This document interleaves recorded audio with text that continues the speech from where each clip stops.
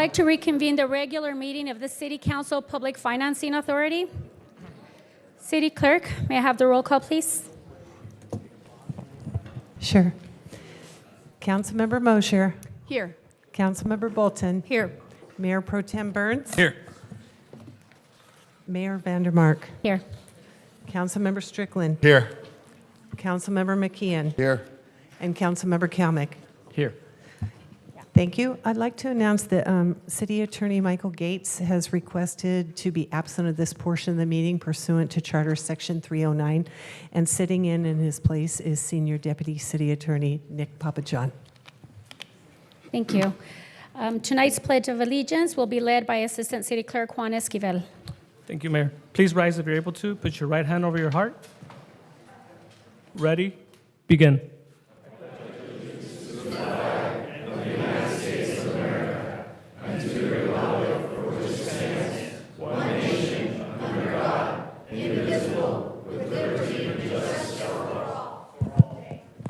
Our invocation will be delivered by our Police and Fire Chaplain, Roger Wing. Would you please join me in prayer as we begin this evening's City Council meeting? Heavenly Father, you tell us in your word, for the Lord gives wisdom. From his mouth come knowledge and understanding. And as we begin tonight's City Council meeting, we want to tap into that wisdom and knowledge that you so graciously and willingly offer to provide to us. We pray for each of our City Council members as they deal with the very many difficult issues of our city and those that are on the agenda this evening. May you impart each one with your wisdom and discernment. We pray for peace, unity, and harmony, and ask that you would give them guidance to be able to make the best decisions to move our city forward. May your love and grace overcome all the differences of views. Lord, we pray for those who will be providing their input and sharing their comments at the podium this evening. Help them, guide them to share clearly, calmly, concisely, and with the utmost dignity and respect. We thank you for bringing them here this evening to assure that our council has the benefit of the community's views and thoughts. We ask your blessing, Lord, on each of our council members, our city attorney, city manager, treasurer, city clerk, police and fire chiefs, department heads, and all of our faithful and committed city employees who work so diligently in support of our city and our city council. We pray for health and safety for them personally and for their families. We also pray for all of our Huntington Beach first responders. May you keep them safe and give them your wisdom on every call. We pray that Huntington Beach will have a safe, enjoyable, and prosperous summer season, especially during these troubled times. We ask your blessing on the thousands of visitors who will be visiting our city and enjoying all the beauty and festivities that Huntington Beach offers. We pray that everyone who enters our city will experience an encouraging, relaxed, and enjoyable time that presents Huntington Beach as the great, safe, peaceful, and enjoyable community it is, and encourages them to return. So Lord, we now ask you to bless our meeting this evening, and may your peace and wisdom guide all that occurs tonight. And we ask this in your wonderful name, Lord. Amen. Amen.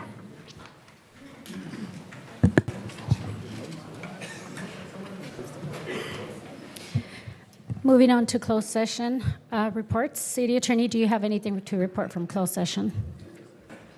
Nothing to report, Mayor. Thank you. Announcements of supplemental communications. Do we have any supplemental communications? Yes, we do. These were communications received up to 9 a.m. this morning. There were a couple of extras that will be posted to the city's website today and in the record tomorrow.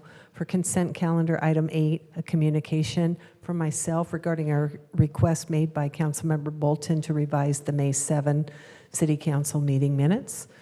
If approved, it will just be approved per supplemental communication.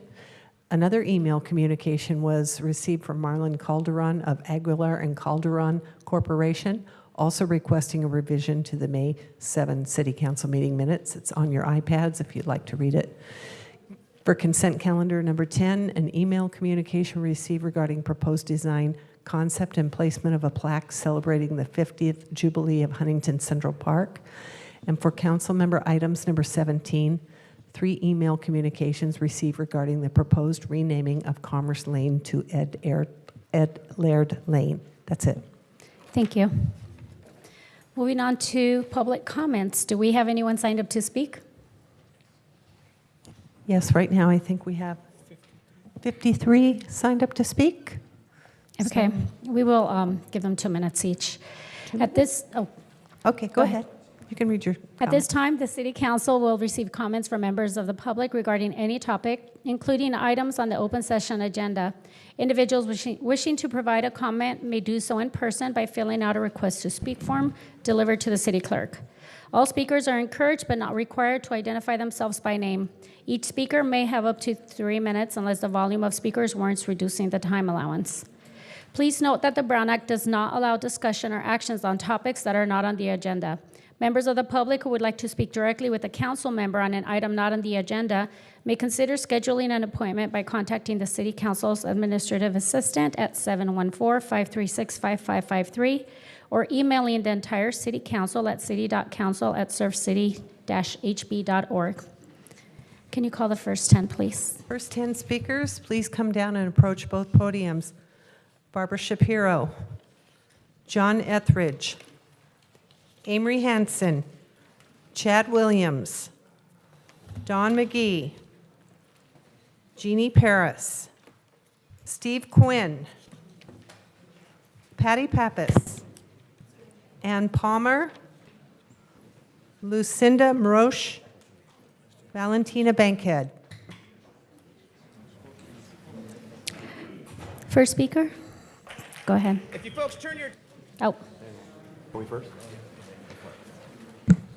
Good evening, City Council in the city of Huntington Beach. All super happy to be here. My name is John Etheridge. I'm the president of the Surfing Walk of Fame. I have some of my board members here. Heather from Visit HB, Glenn Brummage, Mike Adams, and Rick Brown. We're thrilled to be here with you tonight. We have a habit here in Surf City of celebrating surfing, surf culture, and surfers. August 8th this year during the U.S. Open of Surfing, we will have our induction ceremony.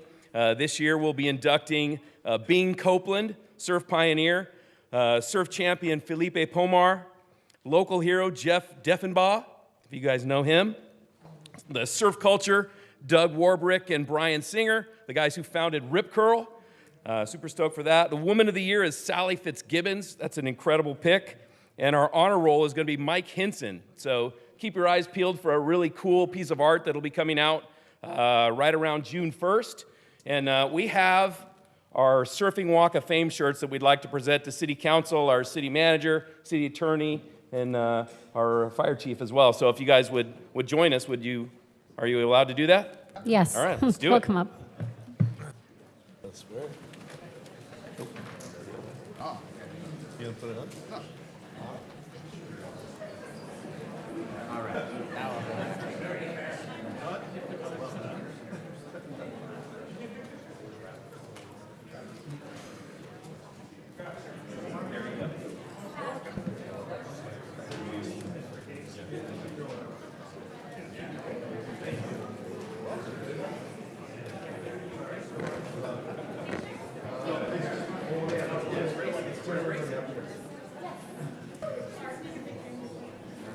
We're going to take a picture. We want to thank you guys for serving our city, for doing all you do to make Surf City great, and we're thrilled to be a part of our community. Thank you guys.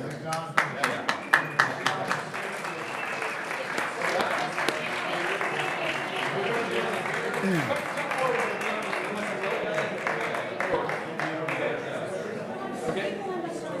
All right.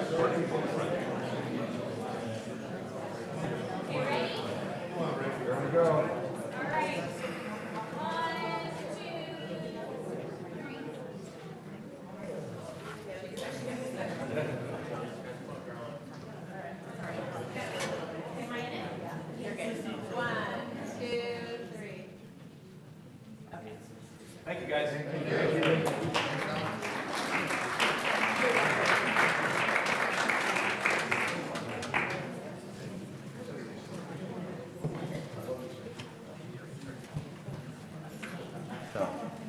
about 15 seconds.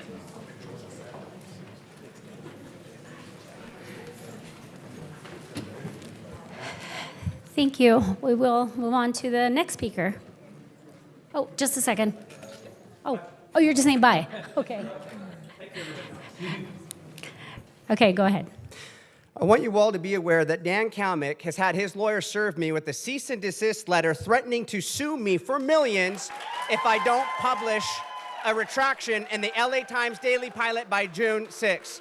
They falsely claimed that I stated that voters should remove him from office because he would engage in acts of child sexual exploitation. These allegations are false, and I have the receipts. Play the video.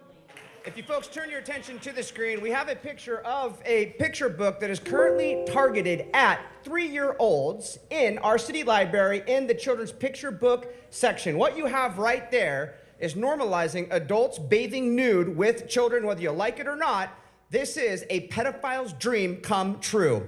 I posted about this on Facebook, and Facebook flagged that photo right there, that picture, as child sexual exploitation. And yet there are those here on the council, like Dan Kalmick, that would tell you, no, this is child education. And just last March 19th, Dan Kalmick, who sits right there talking about this very book right there, said, I quote, I would absolutely read that with my 4-year-old. The analysis of that book and asked, would I read that? I would absolutely read that with my 4-year-old. My statements were based on public information and genuine concern for our community, making any defamation claim unfounded. If you don't like what you said, Dan, then maybe you should publish a retraction of your own. And know this, if you proceed with this baseless lawsuit, I will immediately slap back with an anti-slap motion quicker than you can pour yourself a glass of soy milk. I am ready to defend my rights, our community, and especially the little ones. And a final word from Jesus on protecting the little ones. But whoever causes one of these little ones who believes in me to stumble, it would be better for him if a millstone were hung around his neck and he were thrown into the sea. Thank you for your time.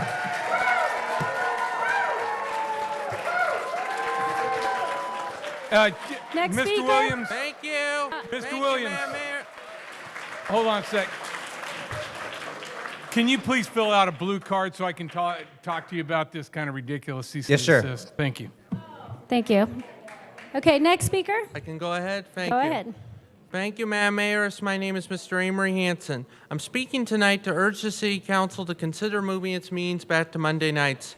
In my discussions with various individuals regarding our City Council's actions, I've heard from several individuals who would like to support various items our City Council considers, but are unable to attend these meetings due to participation in Surf City Nights or our Tuesday events or meetings. I personally plan to attend the council meetings regardless of date, and am proud to have received the Mayor's Spotlight Award from Councilman Strickland for making 100 comments. With that said, I feel a duty to share ways to increase the transparency of the council's deliberations. I am hopeful the mayoress or a councilman will introduce an item to move the meetings to Monday to allow more public participation. Thank you. Next speaker. Okay, thank you, Mayor Vanderbark. My name is Jeannie Paris, and I have been a longtime resident of Huntington Beach. I am here tonight in support of my friend and fellow Huntington Beach citizen, Chad Williams. It's quite unfortunate that he has come under attack from a sitting council member. This is not only an attack on our First Amendment rights, but free speech and public debate, but as I see this, also an abuse of power. An elected official using legal means to intimidate a citizen. What he is accused of doing clearly didn't happen, as we can all see from the tape we just watched, or from the receipts, as they say now. It seems there is a double standard at play. It's okay to call our mayor all kinds of names, a racist, a Nazi, and on and on and on, week after week, meeting after meeting. I'm sick of it. And it's not even true. Councilmember Kalmick was not even directly called a name here. And here we go with lawfare tactics. This is a misuse of legal threats to try to silence opposition and stifle free speech. Good luck with that. Thank you. Thank you. Next speaker.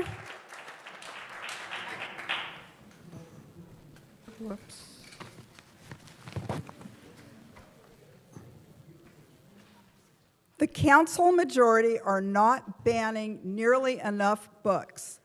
I went to the library this week and I found books that need to be banned immediately. Start doing your job. The first one is Circus, How Clowns Destroyed Huntington Beach. The second one is Book Banning for Dummies by Gracie. The next one is The Power of Teamwork, How the Phony Four Vote Against the People's Will at every single city council meeting. And a classic favorite, Diary of a Wimpy Kid by Casey McKeon.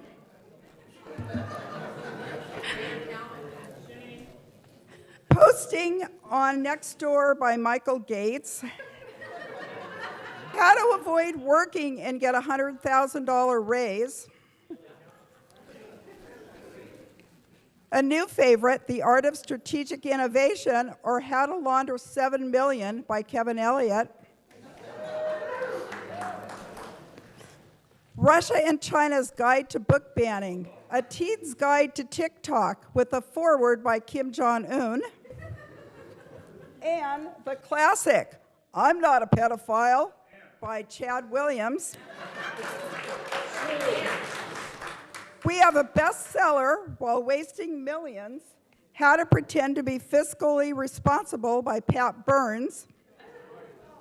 And finally, the classic con, The Invisible Man. Because nothing says freedom like book bans. That's it. Thank you.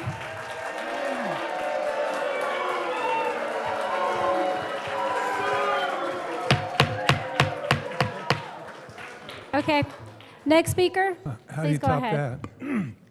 that? Good evening, Mayor Vandermark, council members. Seems our local hero, Chad Williams, is under attack for having offended the Honorable Dan Kalmick, which got me to thinking, isn't Harrison Butker undergoing something similar? The Super Bowl champion place kicker of the Kansas City Chiefs had the monstrous audacity to suggest that just maybe America needs more happily married mothers and fathers and fewer DEI enforcers, more football players, fewer drag queens. But no more had he made this controversial commencement speech than the usual suspects crawled out of the woodwork demanding that Butker be fired by the Chiefs. How tolerant. But the good news is, by attempting to destroy this decent young man, his totalitarian enemies turned him into front-page news. These humorless Goliaths transformed an obscure football player into a young David in a red jersey, sinking a stone into the forehead of woke America. Which brings us back to Surf City. Chad Williams and Dan Kalmick's hurt feelings. As I understand it, Kalmick has filed a cease and desist order, a sort of veiled threat to either grovel and apologize or face financial ruin. But I'm no lawyer. Words, especially those spoken with passion, can tend to cut and cause pain. The city council is not the place for anyone with thin skin. Just consider the shameful verbal abuse routinely heaped on our mayor. Chad Williams, like Butker, had the audacity to denounce what he sees as a godless culture bent on robbing children of their innocence and exposing them to sexually explicit material better suited to what used to be called an adult bookstore. Maybe the burden should be on Dan Kalmick to defend the placement of such books in the library rather than to lash out in cynical, legalistic fury. This may be the first attempt to silence or destroy Chad Williams, by any means necessary, of course, but I'm sure it won't be the last. I'm not worried. He's faced more fearsome enemies than Steely Dan, and he survived. He'll survive this too. In fact, I predict a year from now, Chad Williams will be sitting up there along with Don Kennedy and Butch Twining. Thank you. Next speaker. Next speaker, go ahead. Honorable Mayor and Council, I'm here to speak about the issue of the library book relocation. I first want to thank Mayor Vandermark for being a fierce advocate for our city's children. We have a large group of men and women that have been standing together to make sure our libraries return to a safe place for our kids.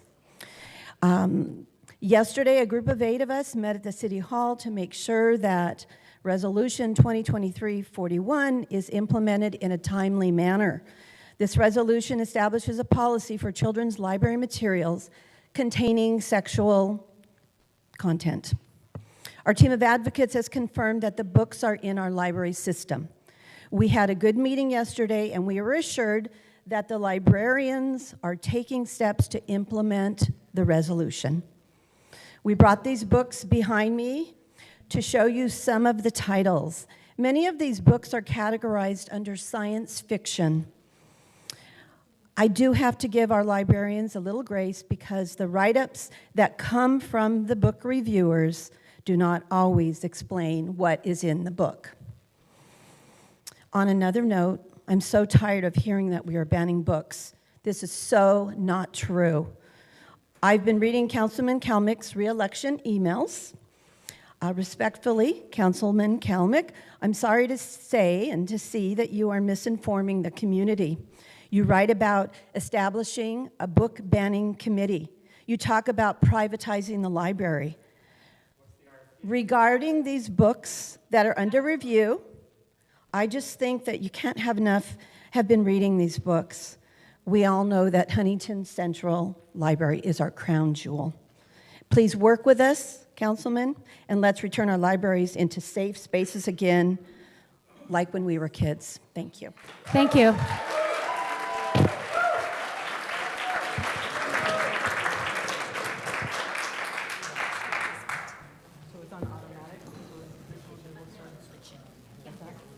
Next speaker.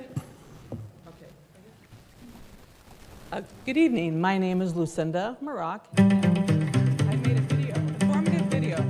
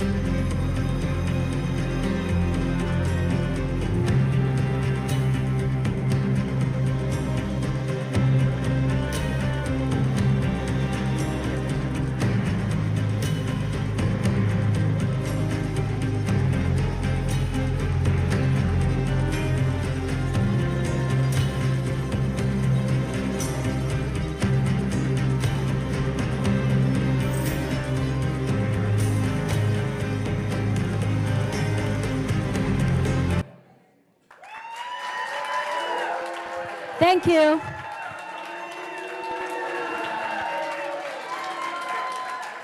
Next speaker. Go ahead. Good evening. My name is Ann Palmer. I've been in this city for 35 years now. I wanted to talk tonight about consilience, but I have 3 other things I need to talk about very quickly. The first one, Dan Kalmick, I want you to know that I respect you as an elected representative, a parent, and an official with a Wetlands Conservancy organization that is important to me. I do not agree with your literary choice for a 4-year-old, but that's your parental choice.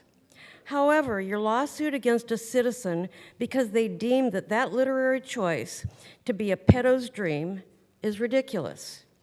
That's like saying raw tuna is a feline's dream. Therefore, all who eat raw tuna are cats. Secondly, on the books, what I just saw, I don't recall any of those books being books that I felt needed to be moved, maybe a few of them, but because of chaos and overreaction and possible gaslighting, a lot of books were moved that didn't need to be moved. I think everything needs to be sorted out. We're seeing in the community a lot more discussions and a lot more people coming to agreement about what books are appropriate. I believe that it can be sorted out with the librarians, with or without outsourcing, and that even though you don't hear it in these chambers, a lot of people do have the best interests of children at their heart. Our library is a beautiful place, and I hope it becomes safe again. Third, I want to talk about some of the lawsuit rulings, and I want to thank Attorney Gates and his staff and our city council. Legal processes are always ongoing. There are very few total wins and losses, especially in light of recent court ruling declaring SB 9 unconstitutional for charter cities. I believe that the lawsuits fielded by this city are going in the right direction and will help us preserve a community. Thank you.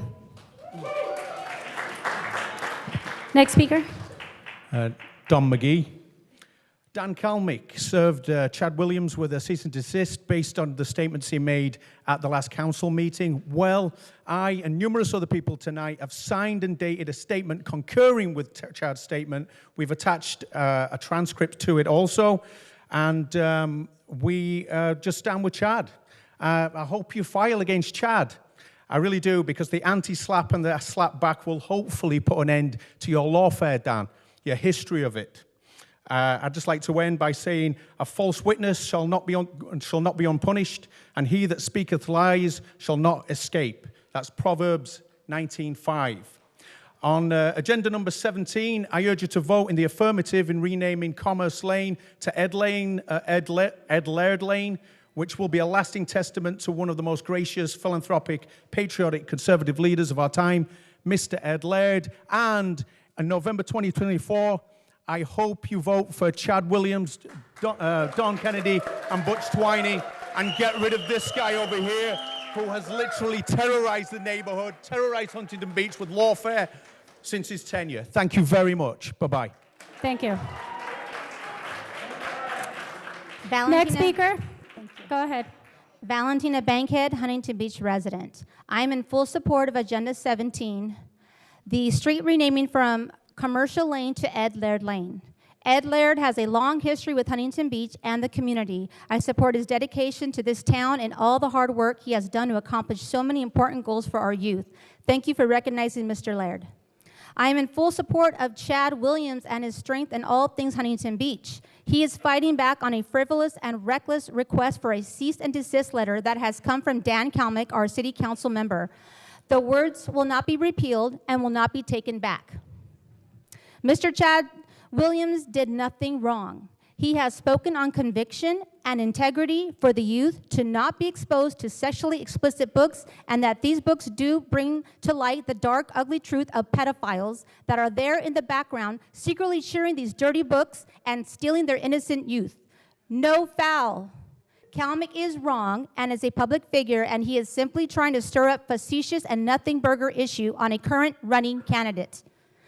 Also, vote for HB3 candidates, Butch Twining, Don Kennedy, and Mr. Chad Williams, the candidates that are fighting for this community every single meeting and want the best for all residents. Thank you. Thank you.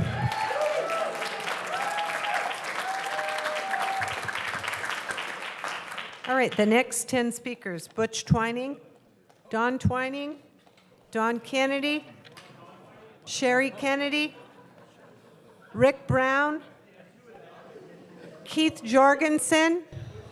Can you guys hear me? Heidi Barlow, Ronan Caseo, Spencer Kemres, Brett Bush. Come on down.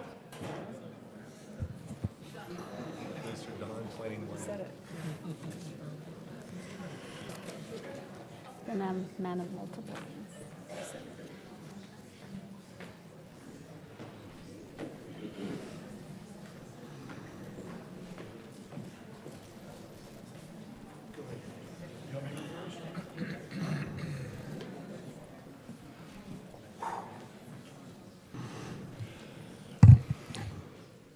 Go ahead. Okay, thank you. Good evening, City Council members, City Attorney, and City Manager. First, I want to express my support for agenda item number 17. Ed Laird is an HB treasure and has given so much to our community. In addition to being one of our city's most successful businessmen and chairman and owner of Laird Coatings, celebrating 50 years here in Huntington Beach this year, he's also one of our city's most noted philanthropists, supporting such causes and organizations as the Kiwanis, the Boy Scouts of America, American Cancer Society, the Bolsa Chica Conservancy, and so much more. I fully support the proposal to rename Commerce Lane to Ed Laird Lane. Second, and this is something I never imagined that I would be compelled to speak about here, but here goes. A sitting city councilman has found it necessary to create a legal case against my running mate, Chad Williams, for saying something, and I repeat, for saying something he never said. We saw Chad moments ago, and it just doesn't comport with what Mr. Kalmick's attorney accused Chad of. First off, Chad has a First Amendment right to say what he'd like. Second, the use of lawfare to intimidate and silence your political opponents is right out of the Biden administration playbook. I would hope if I ever said anything to offend somebody that they would just simply talk to me and not resort to legal intimidation. There are far-reaching effects of actions like Mr. Kalmick, including intimidating others that may not want to speak out against one of his positions on a number of issues for fear he's going to hire his lawyer, Lee Fink. We've seen this time and again from the left and their attorney, Mr. Fink. I urge this council and other community leaders to speak out against this lawfare, intimidation tactics, support transparency. This whole thing is nothing more than Kalmick's abuse of power, using legal means to intimidate a legal citizen of Huntington Beach. And please, support Butch Twining, Don Kennedy, and Chad Williams for City Council. Thank you. Next speaker. Henry Ford, Steve Jobs, Richard Branson, Ray Kroc, Coco Chanel, Walt Disney, and Mayor Gracie Vandermark, and so many other great leaders share so many things in common: passion, insight, leadership, perseverance. They also share the same levels of formal education. So in life, it's not just about the schooling. It's about character. It's about the attitude to succeed. It's about the willingness to forge ahead and face adversity, the true measure of human spirit.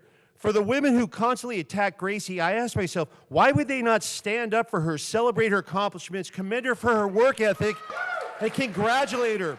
Why are they so bitter? I've always admired women who stand together, united, who celebrate other women's successes. There's something very special in that. Now, for these males who choose to attack Gracie, you come across as weak, misogynist racists. Ask yourself, why do I constantly find the need to publicly attack this hardworking woman? Perhaps it's jealousy. If people don't like her policies, attack that, not constantly on the personal attacks. Most of the move-on people, life is short. For those continuing to push this privatization book ban lie, you know it's an RFP possible. It's just an RFP possible, outsourcing, nothing more, nothing less. You know it's not privatization. You yet intentionally push your false narrative. Why? To create hysteria. So HB, when you hear the false narrative, follow my advice. Don't buy the lie. The library's not for sale and there is no book ban, there never will be. In closing, and most importantly, this intimidation tactic against my running mate, Chad Williams, it's wrong, it's not gonna work. He did not accuse Mr. Kalmick of any criminal acts cited in your cease and desist letter. Lawfare seems to be the cornerstone of the far left, and it's very disturbing. Threats and intimidation have no place in politics. Vote for Don Kennedy, Butch Twining, and Chad Williams for City Council. Thank you. Thank you.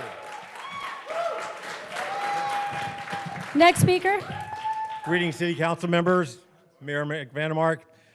First and foremost, I want to support agenda item number 17, renaming Commerce Lane after one of Huntington Beach's cherished citizens, Ed Laird. Ed has been and continues to be a supporter of dozens of nonprofit organizations, including Kiwanis, Bolsa Chica Conservancy, the Boy Scouts of America, and many more, all designed to help the entire community.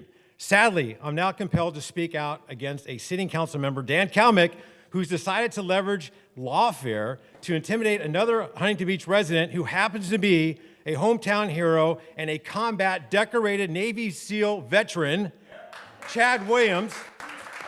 And unfortunately, we live in a day and age where America has become a two-tier justice system where we're trampling on our First Amendment rights by allowing the left to suppress conservative voices and not allowing freedom of speech. Unless, of course, the left is attacking conservative voices here in Huntington Beach, calling them fascist, white supremacist, homophobic, Nazi, racist, all of which are slanderous and more importantly, untrue. Recently, Chad was served with a cease and desist order from Dan Kalmack for a comment he made that he did not make. Interesting how the Fab Four can verbally be abused every week, and you see nothing, and you'll never see any legal intimidation tactics deployed by the conservative right.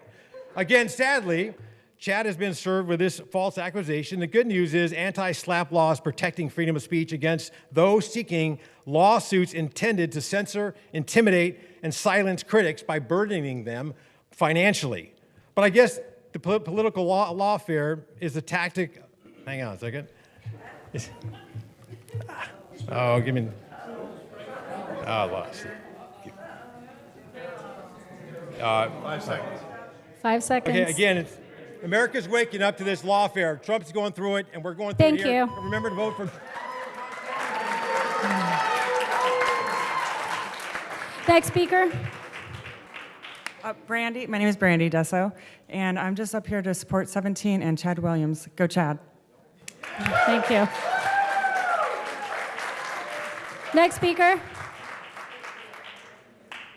Good evening, Council. My name is Brett Bush. I've been a resident for 30 years and spent my entire life protecting children. Having had 3 and being associated with all kinds of youth programs in Southern California. And it's amazing that the book issue and all of these issues keep coming up, that we're going to support somebody's demented right to potentially harm a child, that it would even enter our minds that that would even be a thought is shameful and disrespectful. And the fact that you can sit there and countersue and go into this lawfare mentality, all lawfare is the use of the legal system and institutions to damage or delegitimize an opponent or to deter an individual's usage of their legal rights. Thank God we have the right to come here and tell you you're wrong. Just simply, you're wrong.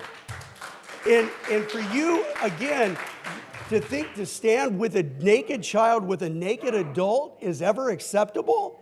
I just would ask you to either clarify it or recant it or both, because it doesn't look good, Mr. Kalmanek. It doesn't look good. God bless you guys. Thank you. Next speaker. Good evening, City Council members, Mayor Pro Tem, and Mayor Gracie Vandermark. I am here in full support of Chad Williams. Dan, it is hard to understand, nor do I want to understand, how you are okay to read this book, The Big Bath House, to your beautiful child. Attorney Lee Fink has filed a report on Chad Williams with a statement that he wrote. In your public statements, you stated that voters should remove him, which is you, from office because he would engage in acts of child sexual exploitation and that he would do whatever based on your public statements, meaning engage in acts of child molestations of exploitation with his own children. The thing is, he never said that. So this here will not work in the court orders because it's a false statement. So I pray and ask that you reconsider what you have filed against Chad Williams and really look at the facts, because everything is based on facts, not opinions. Thank you. Next speaker. Good evening, council members. First of all, I'd like to say I support agenda item 17. But secondly, I'm here to support Chad Williams as well. I'm upset that a member of my city council would endorse the Big Bathhouse book that promotes pedophilia. What sickens me further is that Dan would go after a man of God for his own personal agenda. It's terrifying to me that as a parent, you would condone reading this to your own child. I don't know if you're a God-fearing man, but Mark 9 states that it's better to have the millstone wrapped around your neck than to have a little one stumble. And I believe that all these books that we see here tonight are here to confuse children and promote promiscuity. I would ask you to reconsider your stance on this and your pursuit of Chad Williams. He's a God-fearing man as well, and I know he is coming for your job, and I pray and hope he succeeds. I've complained for many years about our school systems and the indoctrination of children, the progressive left ideas, and not teaching just the basic fundamentals. We need to return back to that and stop teaching the next generation a bunch of nonsense. Instead of just complaining about it, and the progressive left-wing people like yourself, I'm going to do something about it. That's why I've decided to run for Ocean View School Board and try to stop the absurdity. Thank you. Next, I'll call the next one. All right. I'll go ahead and read the next group. Mel Johnson, Caden Cole, or is that Mae Johnson? I'm sorry.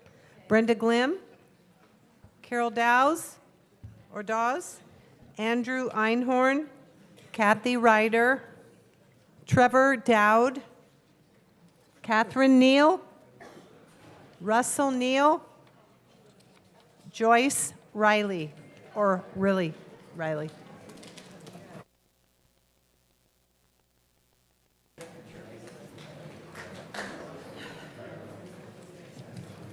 Ready? First speaker, go ahead. Hi, my name is Mae Johnson. I have lived in Huntington Beach for 45 years. For 3 years, I have attended the adult literacy program at the library. The program has helped me become more independent since I suddenly became a widow.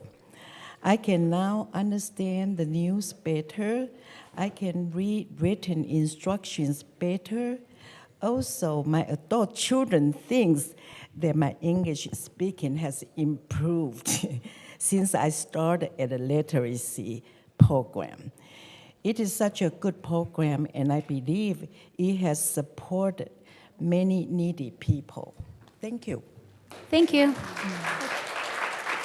Next speaker. Andy Einhorn, Huntington Beach. I am not claiming that the March election about amendments was stolen.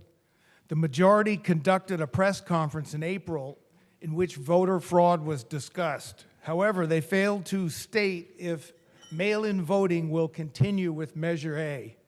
Current statistics from the Orange County Registrar of Voters show that 83% of Huntington Beach voters conduct mail-in voting. Measure A would require residents to cast a ballot for federal, state, and county elections at one location and another for in-person city voting, which would be a big hassle. The amendment election cost Huntington Beach over $450,000 when it could have been placed on the November ballot for a mere 10% of the cost. It should be known that Redondo Beach conducts its local elections entirely by mail-in ballots. That's correct, mail-in ballots. And it costs about $300,000, which is a fraction of the actual $1.5 million or more for future Huntington Beach elections. I heard Todd Spitzer, the Orange County District Attorney, speak on February 26th at the Registrar of Voters. He pointed out, and I quote, "Many people discuss voter fraud but fail to turn in the evidence," unquote. I say, if the majority possessed concrete evidence of voter fraud, why didn't they submit it in a timely fashion to the Orange County District Attorney? Why is that? Finally, don't fear libraries or books. Instead, resist the assault on them. Thank you.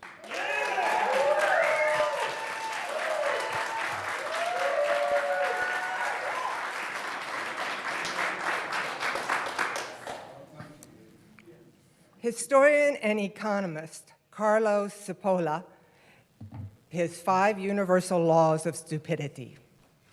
The first law of stupidity: a person always underestimates the number of idiots who surround him. The second law of stupidity: The likelihood that a person is stupid does not depend on his other qualities. Education has nothing to do with the likelihood of a certain number of fools in our society. The third law of stupidity.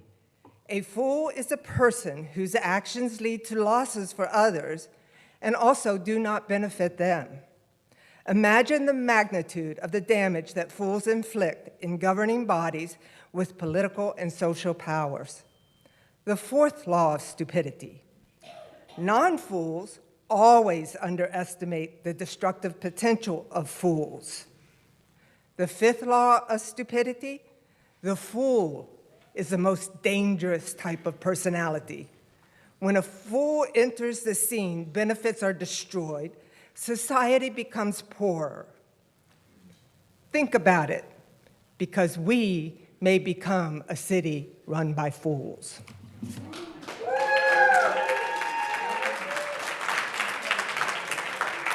Hi. My name is Grace Waring. I am here to support Sugar, the surfing dog, for a proclamation, the City of Huntington Beach, to recognize all of her services to our city.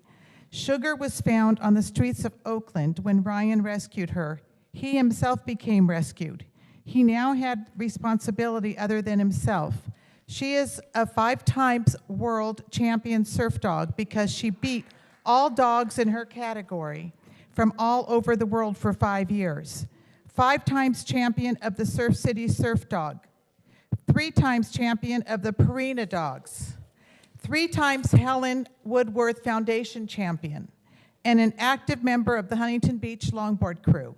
She has 29 trophies, 15 first places, but some of her best accomplishments are participating in Life Rolls On for 8 years, Walk on Water for 6 years, The Mighty Underdog 6 years, Pure Stoke Surf Therapy 3 years, Urban Surf for Kids 1 year, the VA Hospital for 5 years. She is an amazing dog that has impacted so many lives for the better. We would like to see paw prints at HSS, or plaques at a Jack Surf Shop, or her on the Walk of Fame, which she actually did, but they lost her paw prints. And a statue by the pier or display of her life at the Huntington Beach Surf Museum. We are Surf City and very dog-friendly with a dog beach. People come to Huntington Beach to surf and enjoy time with their dogs. Let us honor our legend, Sugar the surf dog. Thank you.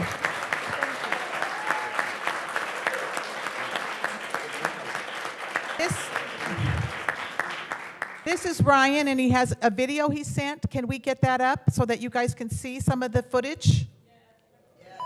Thank you.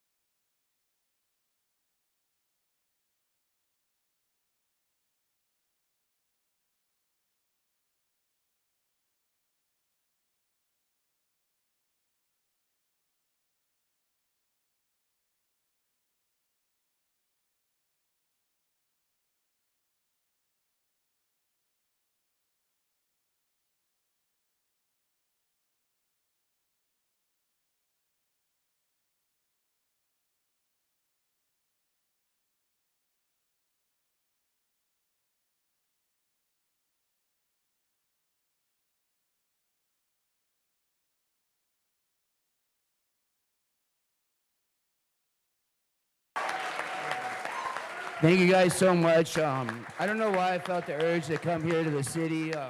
Sugar's 13 years old, and I don't know how long that we're gonna have her here. And I just wanted to reach out and tell you guys that she's magic. And thank you. Excuse me, sir. Sir? Oh, you got it? Okay.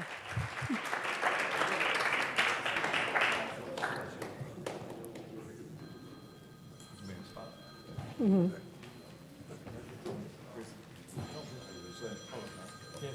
Yes, he got his contact info. Hey, that was nice. Thank you. Next speaker. Good evening, City Council. My name is Caden Cole. I'm a lifelong resident of Huntington Beach, and I am at Troop 274 down at Tabler Avenue on the Elks Lodge. And hopefully I can lighten the mood of this City Council meeting so far. I'm here tonight to support item number 10 in placing the commemorable plaque at the proposed location. It is a special opportunity to celebrate our park's 50th birthday. The location is ideal in that it will act as a welcoming sign that will be enjoyed by thousands of visitors each year. The ideal location will make a perfect spot for my Eagle Scout project, in which I plan to beautify the area of this magnificent plaque. Your vote on yes tonight will ensure a sincere appreciation for all the wonderful volunteers that have given so much to make this park so beautiful. It will also serve as a beacon for love and respect for this park for generations to come. Thank you, and vote yes for item number 10. Thank you. Next speaker. Hey, how's it going? Thank you for having me. My name's Trevor. I'm a resident of Huntington Beach. I wanted to speak on the legal action that Councilman Kalmick is threatening against Chad Williams, who's running for City Council in November. This legal action or these threats are over some comments that Chad shared earlier, and just from like a public perception or public point of view, or as a member of the public, it's hard to like kind of understand what the grounds of any accusation are for this legal action. And I think the consequence of that, of taking such action, is that it discourages the public and people running for office to exercise their right to express what they want to say in this kind of forum and to hold those who are in office accountable for what they say and what they do. I think both of these things are pillars for freedom and what makes a city like Huntington Beach great, what makes a country like the United States great.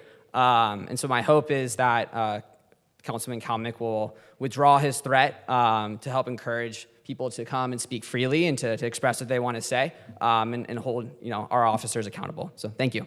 Thank you. Next speaker. Kathy Ryder, Huntington Beach voter and homeowner for 39 years. Free. Taxpayers are repeatedly told that all of the lawsuits that are either filed by our city attorney's office or defended by our city attorney in his office are at no cost to the city. They're free.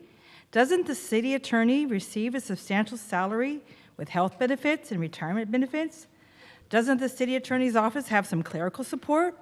Are these workers just volunteers, or do they also receive salaries and benefits paid for by our tax dollars? Is Mr. Gates the only attorney who's actually employed by the city? And if not, people like the deputy here tonight, who pays his salaries and benefits? Does he work here as a volunteer, or do my taxpayer dollars pay his salary? I note that the city attorney also uses some outside counsel for legal issues concerning Huntington Beach. Did these attorneys just donate their time to Huntington Beach? So if we get all these free legal services, the taxpayers could expect that the city attorney budget could be decreased for the coming budget year. Because if that's not the case, please stop saying to Huntington Beach voters and taxpayers that all of this litigation is at free or at no cost to the city. Because it looks to me as if it isn't free. Thank you. Next speaker. Good evening. I'm Carol Dawes, 28-year resident of Huntington Beach. The city recently launched a new website. You will find some interesting things there. For one, you'll find the list of all the potty training and puberty books that our council majority finds so offensive. It's worth checking out. You know, it's getting a lot of attention, not only in California, but around the country. You will also find this statement under the city's collection policy for our library. In quotes, Selection, evaluation depends upon the library staff's professional expertise in assessing the needs of the community and the content of the collection. Based on this wording, it's clear that the planned 21-member review board is not in compliance with the city policy. Otherwise, how can you support a book review board of non-librarians whose decision-making authority supersedes the expertise of our professional librarians? You keep stating that you're not banning books, you're just relocating them.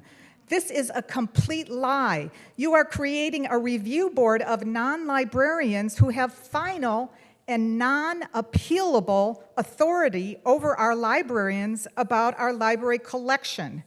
You are moving books you personally don't like and are making our teen section less inviting. If this isn't book banning, I don't know what is. Thank you.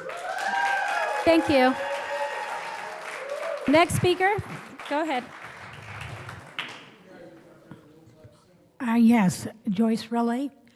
Thank you, City Council, for the progress you have made in removing sexually explicit books from the children's section of the library. This is going a long way to giving our children back our childhood, and this is also helping to ensure a healthy future for the rest of our society. This being said, we need to promote books that are relevant to our time, books that are suitable in subject matter and age appropriate. We need to promote books that are an important document of the times and books that have positive reviews by critics as being life-affirming and uplifting. So please promote the traditional classics. There are so many wonderful books out there. We don't need books that harm and destroy our children. Please let us honor the God who created us by protecting our children made in his image. Thank you. Next speaker. Yes, good evening, Mayor Vandermark and council members. My name is Russell Neal, and I live in Huntington Beach. We are engaged in a battle for our civilization between the forces of degeneracy and the forces of restoration. This battle involves not only sexual morality, but also our justice system, which is under attack by what is called lawfare. We see this lawfare most clearly in the show trials of President Trump, but also in the suits that are brought against our city by malicious political actors. For my part, I would say that I think any money spent defending our freedom is the best use of our money possible.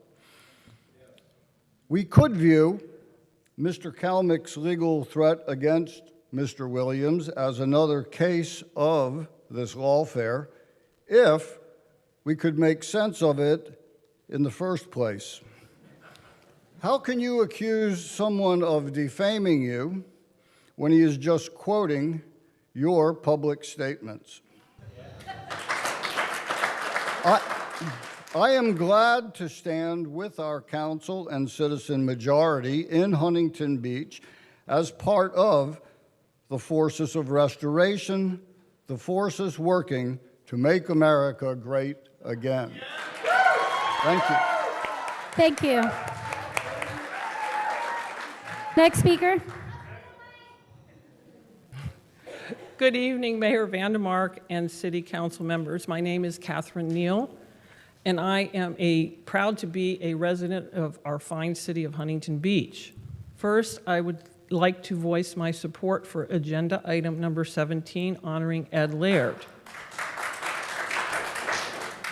I would like to speak concerning Mr. Kalmick's election strategy of spreading untruths concerning certain city issues and attacking fine, upright, brave men like Chad Williams, who is a patriot, pastor, and protector of children.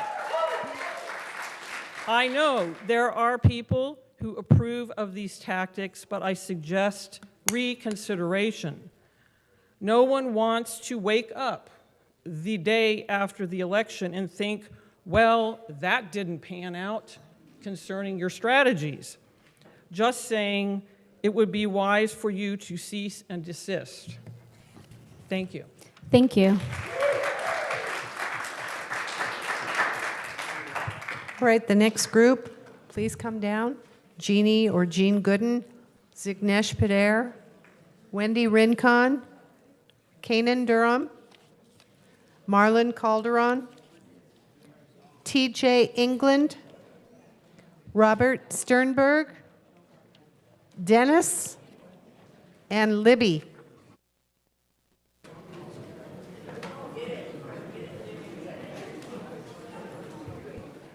First speaker, go ahead. Hi, I'm TJ England, and I'm here in support of Mr. Kalmick and Mrs. Moser and Mrs. Bolton. I am not here in support of the gentleman that the whole crowd seems to find one issue is so important here tonight. At each city council meeting, I'm beginning to dread to read what is on the agenda.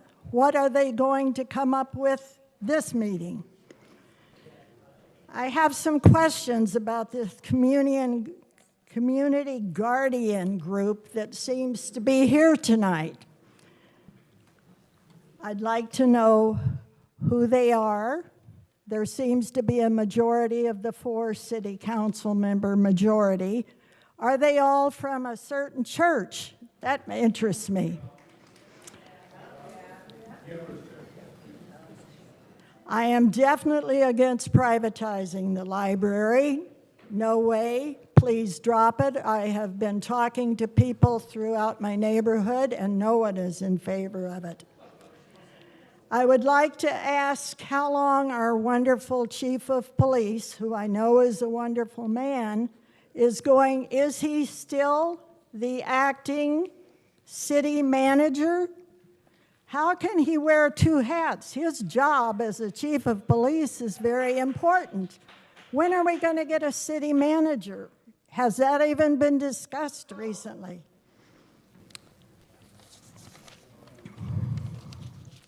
You did away with our interfaith council. Our wonderful fire department chaplain and our police chaplain are wonderful, brave, courageous men who give us a lot. But thank you.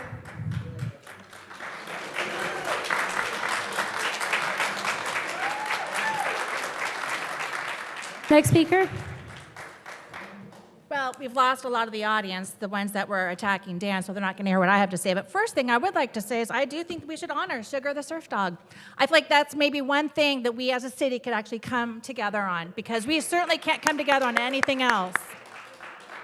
And I do think that that stems from the council majority. The perception that the council majority and those that support them don't seem to care about. Perception of backroom deals. Perception that only certain citizens matter. The perception that our library is broken. The perception that our librarians are the enemy. The perception that books are dangerous. Speaking of books, this isn't my speech. Clearly, those of you that were speaking out against Dan Kalmick, you've never read The Big Boat House. It is a cultural book. You realize we do have a Japanese sister city, right? You might want to look at the book and realize that your perception of it is wrong. That's a fact. The perception that private equity will improve our library. The perception that Michael Posey just happened to bring privatizing to our library out of the goodness of his heart. I'm curious about his commission on that. The perception that rules do not apply to themselves, the majority. The city attorney, the city against the state with multiple pending lawsuits, and investigations into the Pacific Air Show. The perception that transparency does not matter. The perception that citizens only deserve to know what they want us to know, not what we, as taxpayers and voters, have a right to know. Perception of cronyism does not matter. Renaming a street after Ed Laird while he is still alive? You know, normally you name streets when someone has passed. we did just lose former Mayor Shirley Detloff. I feel like Shirley Detloff Lane would have been amazing. But also, I think, awesome. I think that when someone donates money to your campaign, maybe you should wait till they're not with us before you name a street, and you put that onerous responsibility onto the businesses. Thank you.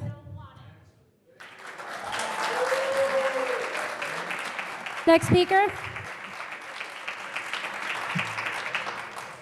So earlier this evening, a candidate for City Council, Chad Williams, spoke angrily about the cease and desist letter that Councilman Dan Kalmick sent him after he heavily implied that Dan was exposing his children to pornography.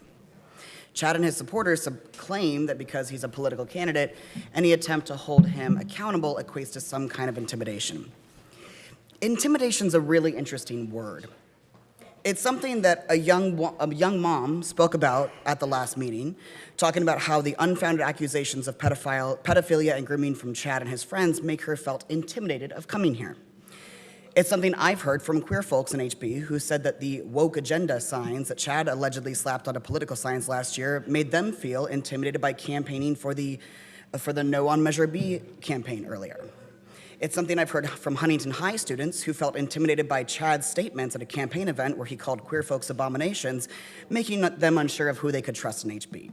It's something I've felt personally when congregants of the Calvary Chapel that Chad pastors at yelled out pedophile at me in these very chambers when I spoke out on queer issues. People in this community have been intimidated by Chad's rhetoric. So Chad, if you're still here, if you feel intimidated by a harmless cease and desist letter holding you accountable for the dangerous rhetoric that you issue, you may want to consider how your words impact the people that you claim you want to serve. Thank you. Thank you. Next speaker. Go ahead.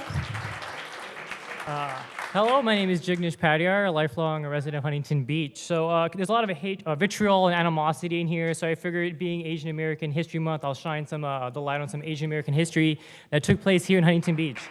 So what you're seeing is a Navratri Ras Garba. It is an Indian dance festival that was held at the Ocean View Gymnasium from the 1980s up to the mid-2000s. It took place on late September up through mid-October, occurring on the weekends. And at its peak, over 20,000 tickets were sold for this 4-week festival. And this event happened unbeknownst to the city was always invited. Here is Jim Silva in 1991, Dana Rohrbacher here in 97, and I believe this is Connie Boardman in 98. The reason I'm kind of bringing this up is, Huntington Beach, we have such a huge history, and there's so much culture here that a lot of these things kind of look overlapped, and no people notice it, but these dance festivals are very important to me, and what was really important to me was this next person here, and it would not have happened without the late, great Jim Harris, after whom the Ocean View Gymnasium was named after. Nothing happened in that gymnasium without Jim Harris's approval. He would schedule the girls' basketball practices, the boys' games around this event. And he made sure it was a thing that happened year after year after year until his timely passing. And he showed me what it really meant to be an American, that you don't judge a person by their skin, but by the character and content of who they are. He welcomed me into Huntington Beach, made me feel like Huntington Beach is my home. The only reason I'm bringing this up is there's many people here in this audience and in Huntington Beach who are so scared of the white supremacist past of Huntington Beach that they are causing their woke ideology to split us by race, by culture, by sex, and that is not what I'm about. This is the Huntington Beach I grew up with, I caught that, and I will for sure fight for that till the day I die. Rest in peace, Mr. Harris. Thank you. Next speaker. Good evening, Mayor, City Council, and City staff. My name is Robert Sternberg. I'm here as a 30-plus year resident of Huntington Beach, and I'm actually here to talk about a non-political, non-partisan, and non-controversial item. It's basically the yellow reflective traffic borders around the traffic signals, red reflective strips on stop signs, and reflective items on crosswalks. I love this city. I really have been here many, many years, and I think that the city can do better.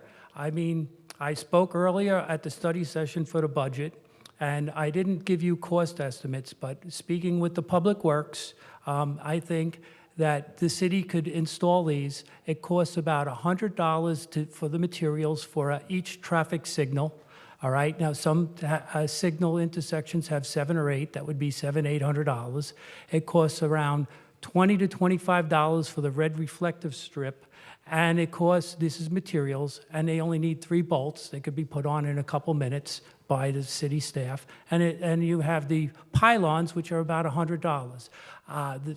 Europe has these, other states have these, City of Fountain Valley has it, the state of California is putting it in, and I'm appealing to you to increase public safety by putting these. We have a lot of visitors, and I think the city could really enhance all the safety by doing this with all the e-bikes and the traffic accidents. Thank you very much for your consideration. Thank you. Next speaker. Good evening. I'm here to speak about agenda item number 17. This is a proposal submitted by Mayor Vandermark, Mayor Pro Tem Burns, and Tony Strickland to change the name of a small street in Huntington Beach to honor a longtime resident, but also a successful business person who has donated generously to their campaigns and causes. It is solely a political gesture without much forethought. There is no consideration of the city's street naming policy or the consequences to the other businesses on the street. The street in question is home to only businesses. No residential properties are included in the proposed change. Businesses would incur significant expenses and burden if the street name were to be where they are located was suddenly changed. They would have to update their websites, their social media, their printed materials, their camera-ready art for print ads, as well as notify all their vendors and customers. Did anyone even take a second to think about all those repercussions? My guess is the answer is no. Like so many agenda items we've seen over the past 18 months, there is no examination of the long-term impact of your decisions. You've just moved full speed ahead, consequences be damned. If the street name change does go into effect, that would put all businesses in the city on notice that it could happen to them without any consideration as to their preferences. Is that a good way to keep and attract businesses to the city? I hope you will vote to defeat this item and take away this lesson. It is better to slow down and do things correctly than to pursue your political goals without regard to the ultimate outcome. After all, I thought you were supposed to be business friendly. So I'd suggest there was unanimous support for honoring Sugar the surf dog. That's an honor you might want to consider.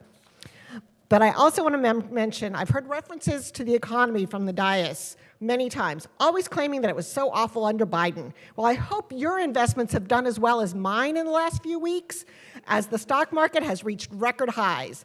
I'm very grateful to President Joe Biden. Thank you.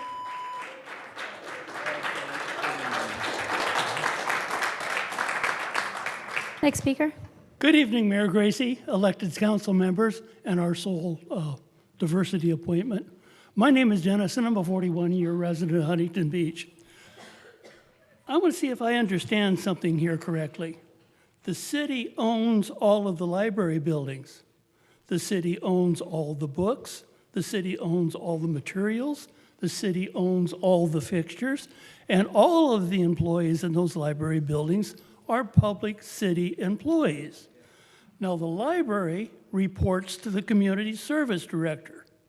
The community service director reports to the city manager.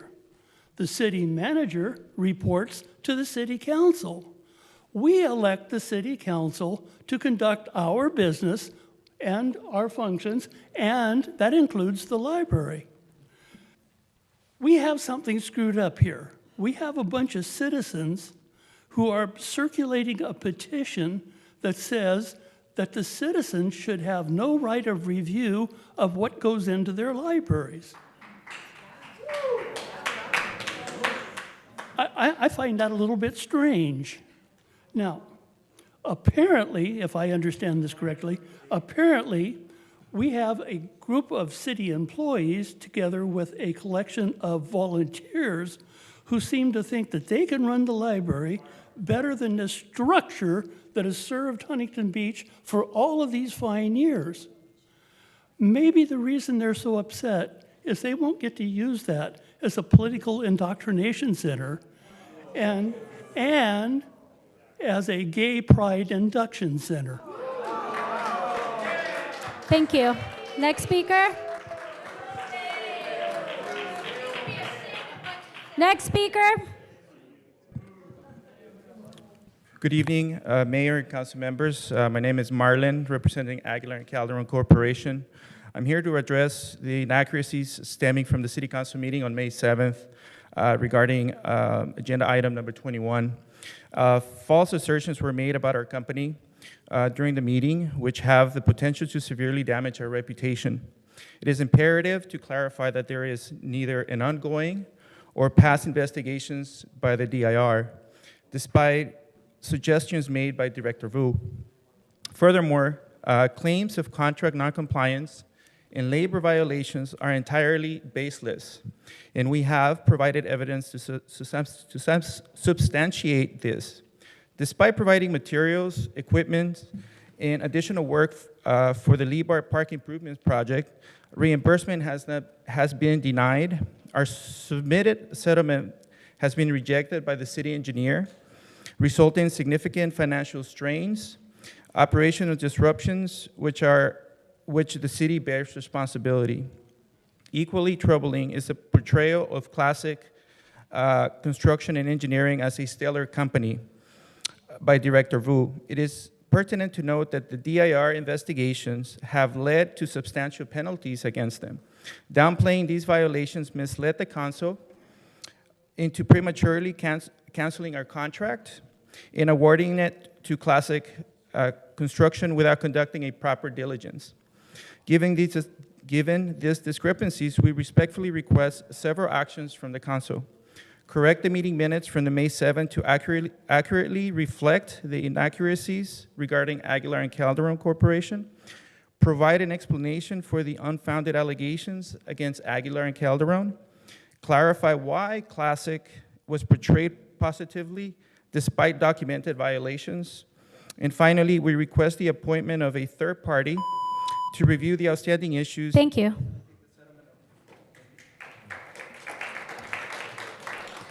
Next speaker. Good evening.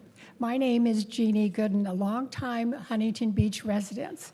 However, before I make my comments, I must ask Mr. Kalmick, as a mother and grandmother, Mr. Kalmick, have you no shame saying that you would read a sexualized book like that to your beautiful child? Now my comments. Good evening. I'm here tonight to thank you, Mayor Gracie, for being our mayor, a woman with fervent beliefs in our republic, a republic that will continue only when leaders such as you, now sitting in the majority. I am thankful that the majority of you understand that we are not a democracy. You understand that a democracy is not an American value. It never has been, nor should be. In a democracy, majority rules no matter what. No provisions for checks and balances, no inalienable rights, no separation of powers. John Adams said, a democracy never lasts long, as it soon wastes itself, exhausts, and murders itself, because there never was a democracy yet that didn't commit suicide. And as I view your accomplishments, Gracie, your leadership and guidance demonstrates to me that Huntington Beach is guided in a constitutional republic manner.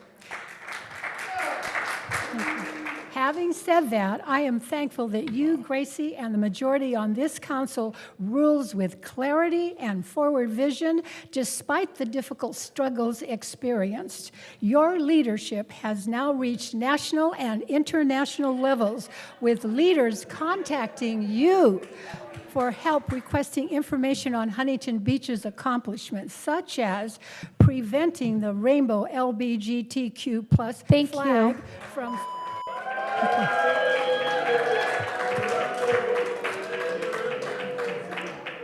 Jeannie. Thank you. Your time's up. Time's up.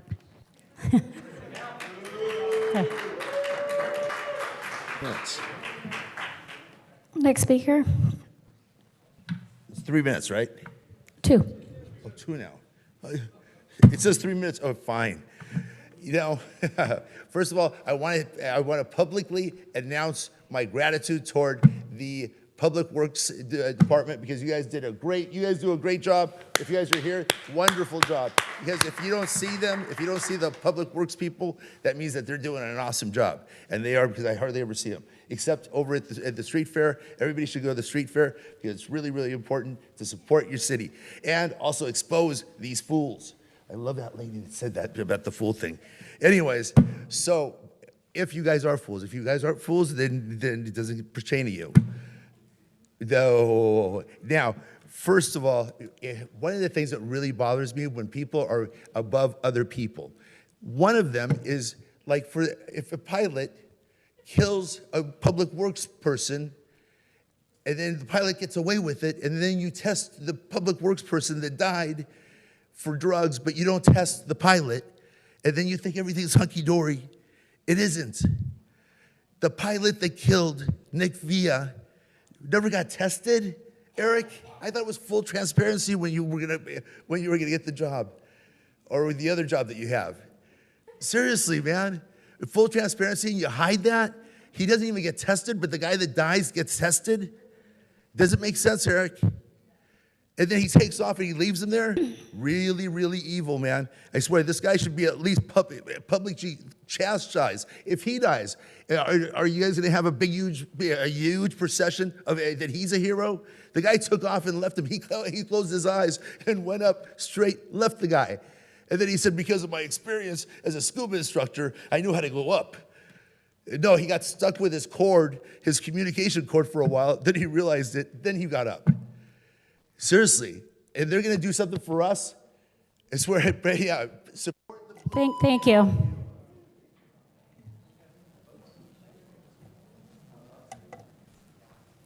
Okay. The last group, Tim Geddes, Saul Martinez, Guest P, Jeannie Martin, Jennifer Zaft, Neil,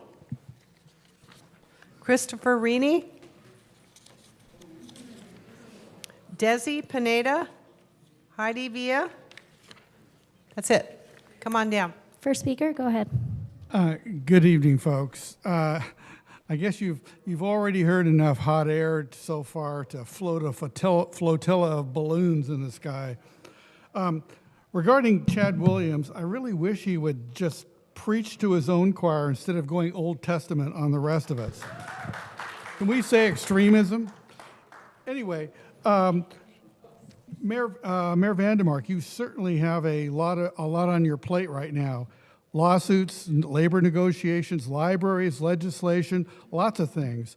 I won't bore you with those right now. Others have that covered.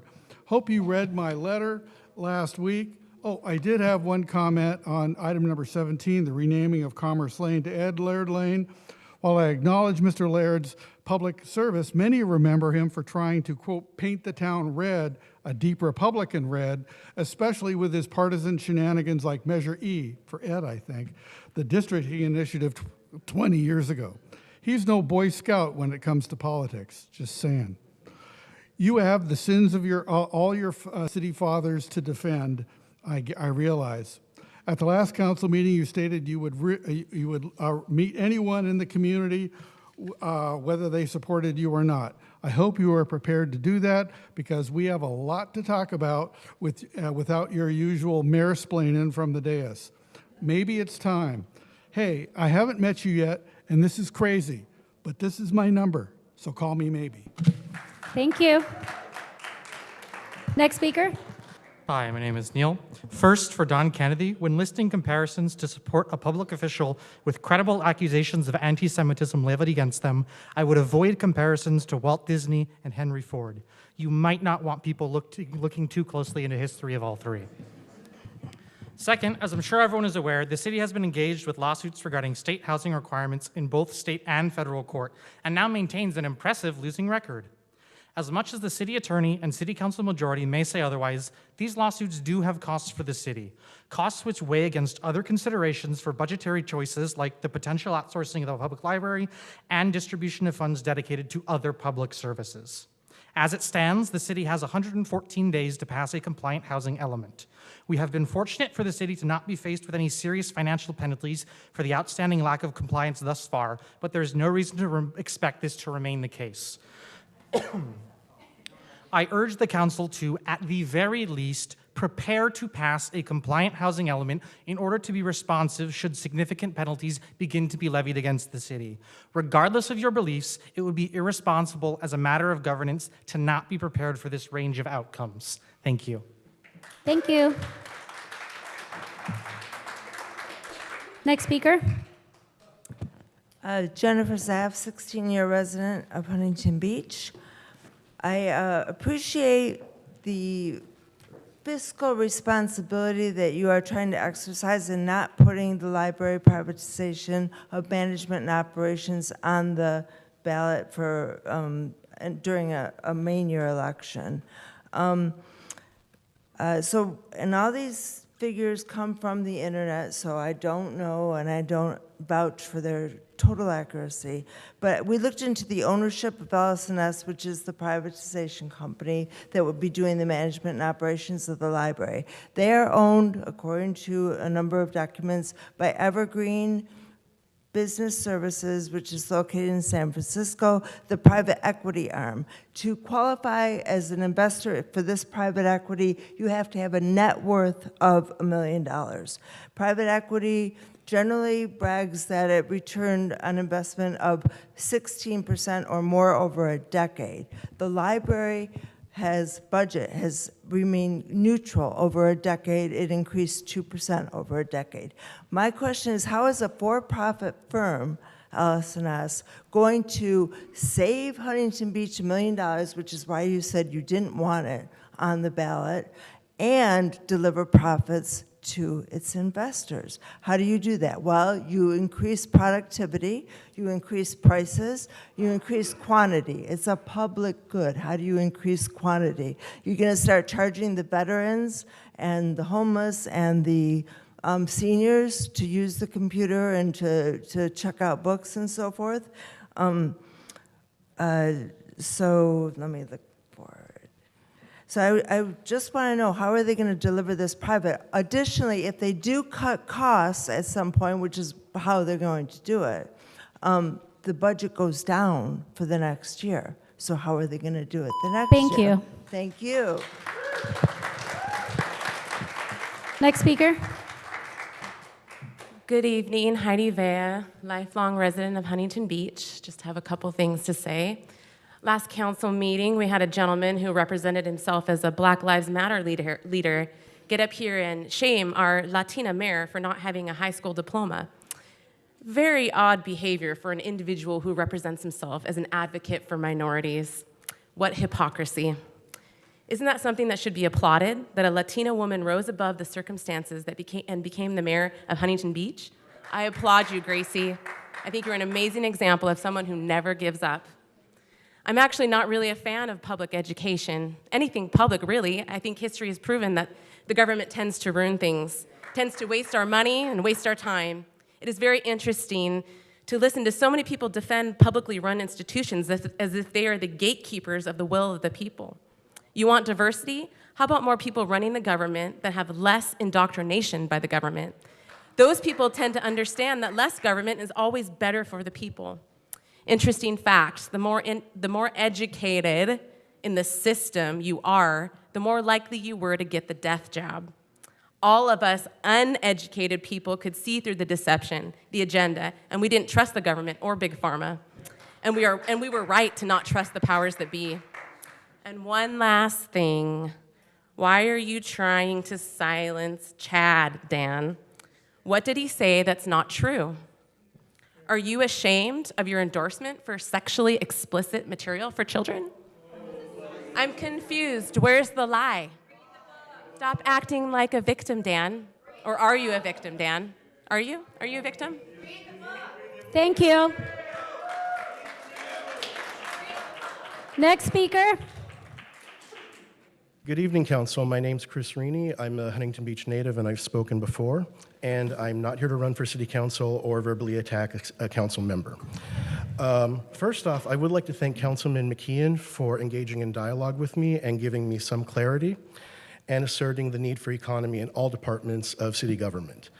I'm happy to know that this is not just some sort of hit job on the library and that we'll look into possibilities for saving money everywhere.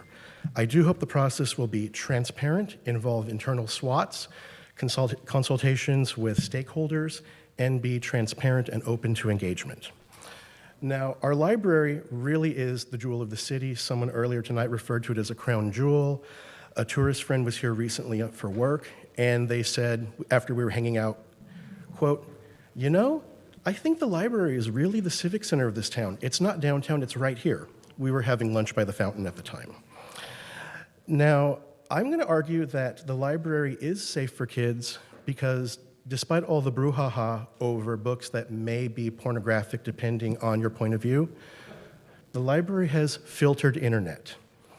Honestly, any teenager today who is looking for smut is not going to look for it in a print source. You're going to want it on your phone where you can hide it from your parents much more easily. You can't find interesting things like that on the library Wi-Fi. Incidentally, just out of curiosity, I looked at Riverside County and Escondido, both LSNS libraries.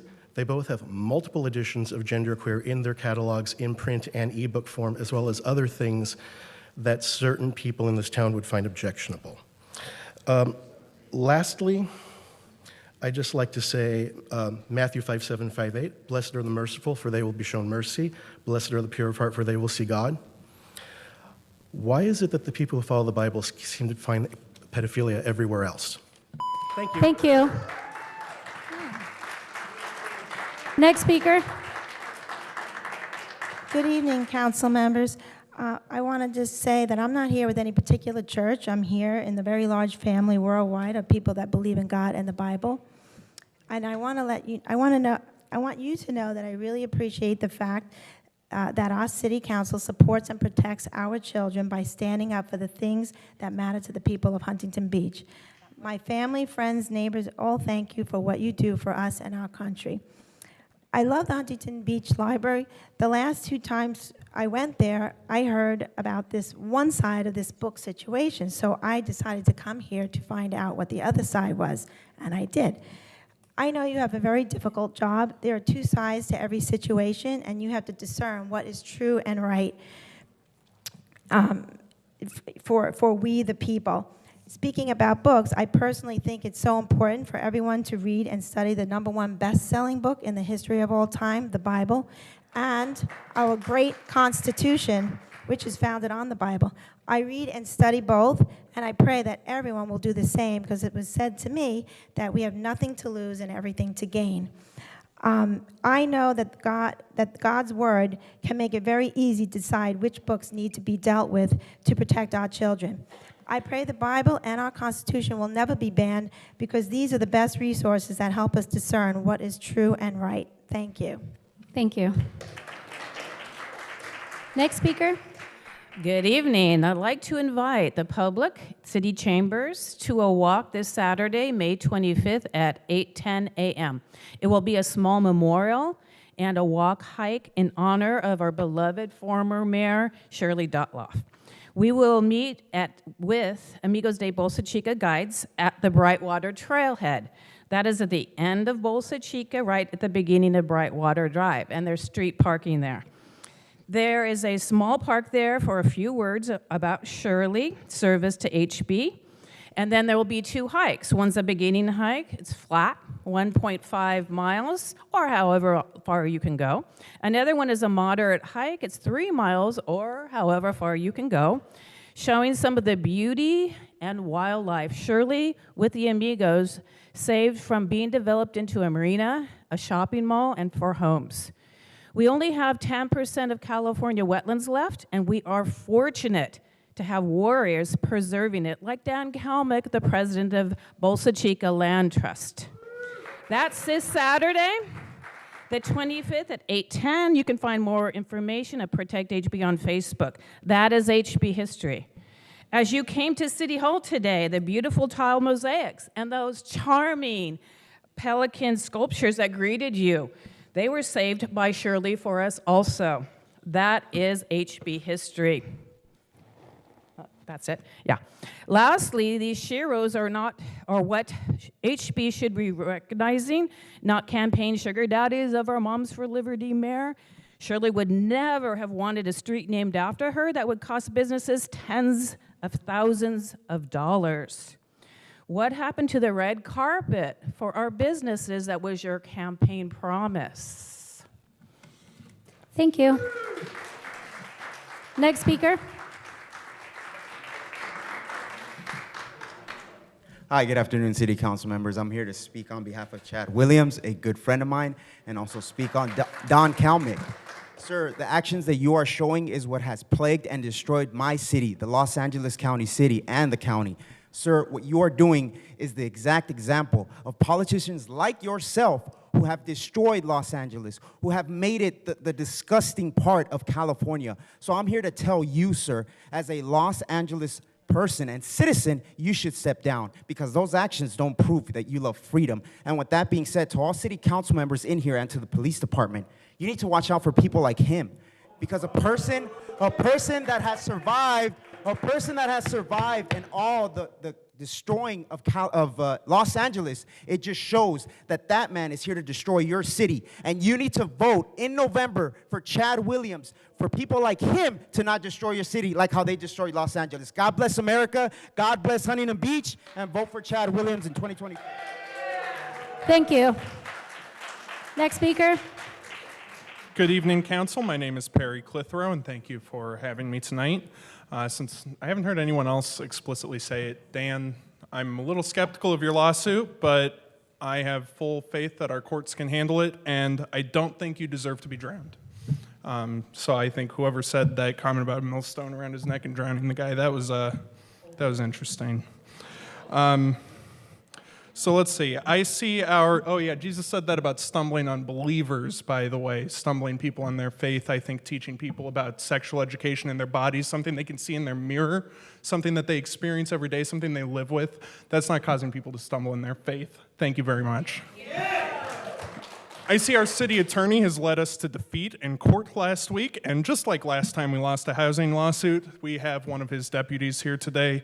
He has tucked his tail and run. I don't know why he doesn't show up when we lose, but maybe it's because he's a coward. I mostly want to focus tonight, however, on our budget because over the next 3 years, we are set to face a $40 million deficit. Luckily, this is something that we can easily fix. There are many properties in Huntington Beach that are underdeveloped, have been owned for a long time, are underdeveloped, and are just kind of sitting there very stale.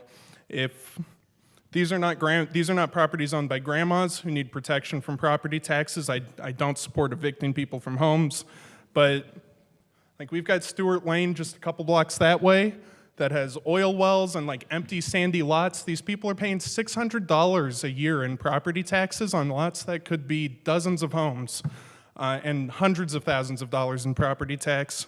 If we just build more housing, we can stop doing these lawsuits and we can raise a ton of money and fill that deficit. And by the way, Mayor Strickland, as a fellow affordable housing person, I think this is something that you would support. Thank you. Next speaker, go ahead. Hi, thank you guys. I like to just tail in on that. The real financial issues are just being buried through all this topic that we are talking about. And I really liked how you didn't write hardly any notes. You were very engaged this time. Maybe you could help us along with the financial situation, because I know you're pretty experienced that when you were when you were in Ventura. But anyways, I'm talking as a retired GR nurse too, because today was just too much about what we're talking about, being censored or being moved in different places. We all have a body, we all have parts. Fear obviously has caused severe mental constipation across the board here. It just is unbelievable. Seriously, poop books. I spoke with moms who are in shock because these books are taken off. They use these books to educate their children, and they they said they're really disturbed by it. Japanese culture, sexually explicit, it's our bodies. What are you ashamed of?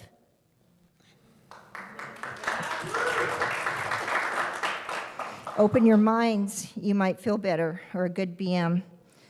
I just want to also say the dog was awesome. We all needed that. We all needed that. And if we could lighten up a little bit across the board, both sides, you guys, and because it is a big shit show here. Thank you. Next speaker. Go ahead. Good evening. Yeah, so with the recent ultimatum given to my pastor, Chad Williams, I'm left wondering, is the interpretation of free speech within the city so loose that lawsuits can be thrown around willy-nilly like this? Is the shield that protects individuals from the state so thin? You are all the state, and your personal positions on freedom of speech in this city represents the city's position. So responsibility is necessary when you are doing such things, particularly when it concerns a political opponent. Now, as for the libraries themselves, I myself, when I was younger, saw explicit materials in those libraries. I know what kind of things can be there, right? And I know that kids these days shouldn't be seeing those things. They see enough of it online. They do. It's a separate issue, but they see enough of it. They see enough of it. Why do they need to see it in their libraries? Why create a different area where parents do not have total control, right, over their kids and what they learn? Ultimately, parents know better than the state on how to raise their children. Thank you very much. Thank you. Next speaker. Go ahead. Well, I agree with that last gentleman in terms of that the parents are the ones who should be responsible for what the kids read or do not read or learn or not learn. It was talked about that we'll save $1 million by outsourcing this library through a request for proposal to a company on the East Coast in Maryland. How many people in this community would want our library outsourced and run by a private company in Maryland? I don't think that would be a popular thing. In terms of making money, we need to be making money and saving money, and I really suggest that we adopt the housing element that has been given to us by the state. Apparently, all cities in this area have done that. They have accepted the housing element and adopted it. And why do we need more? Everybody needs more housing. I talk to people who work here, and they say the only way that my kids could afford to live here is if I die. The housing is that expensive in this area. That's why we need to build more housing and adopt the housing element and talk to the state about what kind of housing. I think we can talk to them about what kind of housing we want and need. And the developers are chomping at the bit. And bringing in housing brings all kinds of money from developers, from owners, from everybody into the city. And that's why I strongly advise that to be done. So that's my it's less than 3 minutes, but thank you very much. Thank you.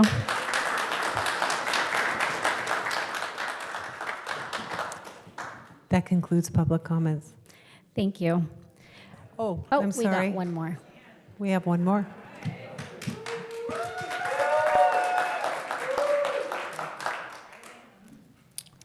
Good evening, Mayor Vandermark, City Council colleagues, staff, elected and appointed. I descend from the dais tonight and rise to the podium in a somewhat unique manner to address comments made in this room on April 16th and tonight by members of this community and an apparent City Council candidate endorsed by this council majority and elected city attorney. This person crossed a line and came after my family and inferred that I was a pedophile and that I hurt my daughter. These defamatory remarks not only caused me pain, but my wife and family pain. This is not the level of decorum we want in these council chambers now or in the future. To be clear, my private attorney for my campaign sent a letter A letter only requesting that this person apologize. It's interesting that in the video that was shown earlier today, the defamatory parts were left out. I signed up to be attacked for my policy beliefs, but not insinuated that I abused my child. And quote, to read whatever he wants and do whatever he wants with his, inferring my child. A few weeks ago, I read The Big Bathhouse to a group of nearly 100 residents who attended the OQ library. My 5-year-old daughter, whose birthday is today, was in the audience, and she giggled at the watercolor pictures of bare bottoms and then asked why there are all these naked people bathing together. And I explained that members of the same gender in Asian culture bathe together as a family, as a cultural ritual. She said, okay, and we moved on. We've had many discussions about what consent is and what forever secrets are. And I think it's high time this community get correct information about what actual grooming and child abuse is. And I call on this council to have a town hall this summer to invite child service professionals and field experts to discuss with this community and give advice on how to really protect children. Let's actually get residents good data, data-driven information to protect their children from grooming and abuse and to stop defaming and slandering our hardworking library staff. The rhetoric in these chambers has descended into a circus. The meetings should be boring and mundane, but instead it's a Tuesday night beer league with everyone having their jersey on, their signs. I'm just waiting for face paint to show up.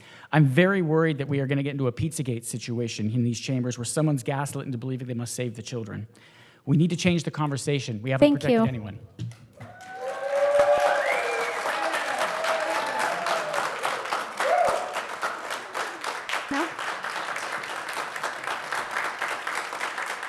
So moving on to council committee appointment announcements. Okay, we'd like to move on with the meeting. Chief. I'm going to call a 5-minute recess.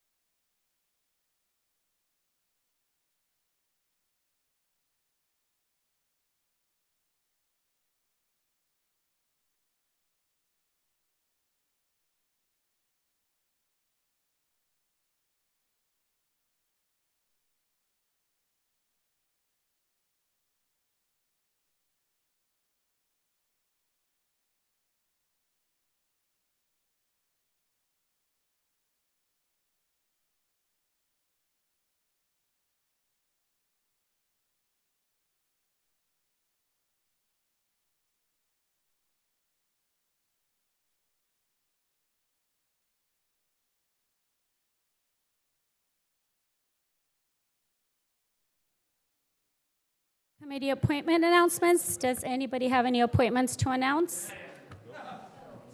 Nope. Okay, moving on to... Mayor? Yes. Hold on one moment. We're restarting our video. Hold on. Oh. Okay, now we go. Okay. We're moving on to AB 1234 reporting. I'd actually like to report that myself and Mayor Pro Tem Pat Burns did go attend a weekend trip with ACCOC in the Metropolitan Water District to learn more about our aqueducts, reservoirs, and how it works. So it was very informational. I will never see the mountains along the 10 and the 60 the same again, because we think there's nothing here. You would be amazed at how much infrastructure and how much technology goes under, around, and through our mountains. So it was very informative. Thank you. Same as her. Okay, moving on to openness and negotiations. Does anyone have anything to disclose? City Manager's report. City Manager, please proceed with your report. Yeah, Lieutenant Brian Smith will have a presentation regarding the review of the 2023 City System of Care Annual Report and 2024 Point in Time Count. And also Manager Jessica Kelly. Thank you, Chief Parra. Good evening, Honorable Mayor and Council members. Over the past year, one of our goals was to produce an annual report to highlight the city's efforts to address homelessness within our community. Earlier this year, Homeless Services Manager Jessica Kelly and her team produced a comprehensive annual report, which was published on the city's website. Tonight, we will take this opportunity to highlight elements of this report, followed by an overview of the results from Orange County Continuum of Care's Point in Time Count. For now, I'll turn it over to Jessica to review the Homeless and Behavioral Health Services Annual Report for calendar year 2023. Thank you, Lieutenant Smith. Good evening, Honorable Mayor and City Council. This first slide is just a brief overview of the annual report. In the year 2023, our city social workers made 644 shelter referrals, which was a 10% increase from the previous year. The outreach social workers, along with the Huntington Beach Navigation Center, successfully helped 56 people move into permanent housing.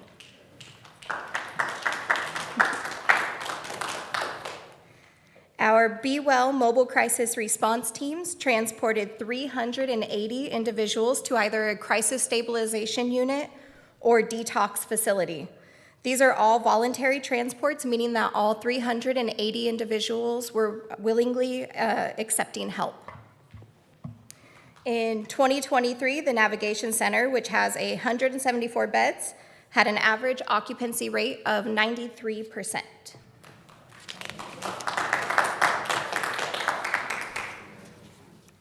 Our city social workers made contact with individuals and families 5,222 times in the year 2023.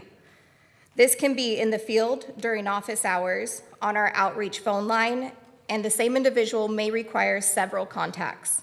These contacts can consist of case management services, resource referrals, follow-ups, etc. In 2023, the social workers helped 18 unsheltered individuals successfully move from the street to permanent housing. Of the 644 shelter referrals, 385 were to our local navigation center, while 285, or 44% of those shelter referrals, were made to shelters other than our navigation center, which was a 17% increase from the previous year. When our local Huntington Beach Navigation Center is not a good fit, such as somebody having stronger ties or a stronger support system in another city or county, requiring a family shelter, or someone who would benefit from a shelter that has specialized services, such as for victims of domestic violence, our social workers will work with those people to make sure they're connected to the best fit for them. So that's when we would refer to a shelter outside of Huntington Beach. One of the reasons this is possible is due to the social worker team we have. They are well connected and very knowledgeable about both OC and LA County resources. This is important because referring to shelter is the immediate response we can provide to getting people off the streets quickly and in a setting where they have access to basic needs as well as supportive services. The process to housing can be lengthy, and while our social workers do a great job of working with people at street level, if the Task force officers and social workers can get people into shelter and off the streets immediately. That will always be the first step they take. Our Huntington Beach Task Force police officers made an additional 145 shelter referrals, with 21 being to shelters, other shelters besides our Huntington Beach Navigation Center, bringing the total shelter referrals for 2023 to 789. They also transported 9 individuals to the Be Well campus for sobering services or crisis stabilization. The task force officers responded to 570 MyHB complaints and concerns and engaged in outreach to 180 local businesses. As the first city to pilot the Be Well Mobile Crisis Response Program, we take great pride in this service, especially when it comes to connecting those in crisis to necessary supportive services, while also freeing up our first responders to respond to emergencies. The Be Well team responded to 4,281 calls to dispatch.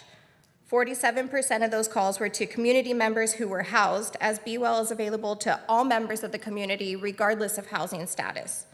53% of those calls were to people experiencing homelessness. They spent 4,424 hours on calls with people in crisis.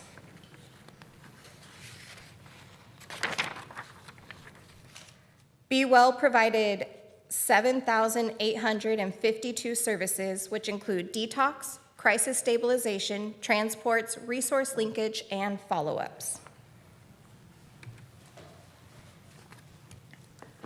In 2023, the Huntington Beach Navigation Center, operated by Mercy House, served 209 individuals, 90 of who were seniors and 37 veterans. This number reflects those who were enrolled at the start of 2023 and could have been enrolled prior to 2023. So they were currently enrolled in January of 2023. The Navigation Center served 155,327 meals and provided 58,660 bed nights to people experiencing homelessness. 38 individuals moved from shelter to permanent housing with different housing opportunities such as rentals by the client, emergency housing vouchers, permanent supportive housing, and rapid rehousing programs. Because of our HB Cares program, we have built some incredibly meaningful community relationships. And through our quarterly collaborative meetings, which started in 2023 and are ongoing, we've been able to expand those relationships. And through those relationships, we've been able to prevent several people, including several seniors, from losing their housing. We've also had 18 volunteers who contributed a total of 600 hours answering our outreach phone line and providing groups and activities in the Navigation Center. This equates to a savings of around $18,000.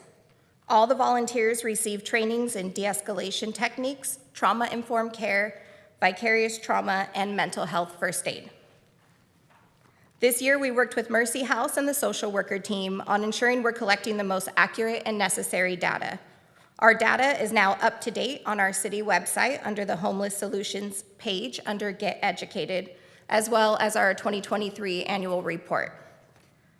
While we know there's still a lot of work to do, I'm proud of the efforts made by our teams, and we're projecting an even more efficient year in 2024, with 30 people already permanently housed just between January through April. And thank you. And several more currently matched to housing opportunities. I'll now turn it over to Lieutenant Smith for an update on the 2024 point-in-time count. Thank you. The point-in-time count is federally required census of individuals experiencing homelessness, both sheltered and unsheltered. HUD requires each continuum of care to perform a point-in-time count annually for sheltered homeless and a biannual count for unsheltered homeless. This provides a snapshot of where those individuals experiencing homelessness slept on a given date. This year, the County of Orange contracted with CityNet to conduct the 2024 point-in-time count, which was completed during the 4th week of January. CityNet is a not-for-profit organization who, according to their website, is committed to breaking the cycle of homelessness in communities they serve by connecting neighbors experiencing homelessness to transformative and innovative housing solutions. They currently provide contract services for the cities of Anaheim, Long Beach, Fountain Valley, Newport Beach, Santa Ana, Tustin, and the Union Pacific Railroad, to name a few. The County of Orange is split into 3 service planning areas, also known as SPAs, to help coordinate services across the county. Huntington Beach falls into the Central SPA, along with Costa Mesa, Fountain Valley, Garden Grove, Newport Beach, Santa Ana, Seal Beach, Tustin, and Westminster. The countywide shelter point-in-time count occurred on January 22nd, with the Central SPA's unsheltered count occurring on January 23rd. We, the City of Huntington Beach, provided staff to assist with the count to help ensure at least one city employee was assigned to each survey team. In addition to that date, CityNet staff canvassed Huntington Beach in the days following the initial count to recheck areas that were not adequately canvassed during the initial count. There are 2 primary methods for conducting point-in-time counts: a random sample of an area count with extrapolation and a complete coverage census count. Please excuse my error on here, where it refers to it as a non-random sample count. In a complete coverage census count, the goal is to count every individual, whereas a random sample of an area count with extrapolation, hotspots are identified and the area is canvassed, and this number is extrapolated to account for the unsurveyed areas. In Orange County, we utilize a random sample of area count with extrapolation. During this count, volunteers and CityNet staff surveyed the hotspots throughout the city, asking a standard set of questions. The hotspots were established based upon input from our homeless task force officers and social workers months prior to the count. Those who cooperated with the survey were given considerations for their cooperation in the form of gift cards and small care packages. While no system is perfect for conducting this snapshot count, this is a method best suited for Orange County since people are dispersed across a wide area.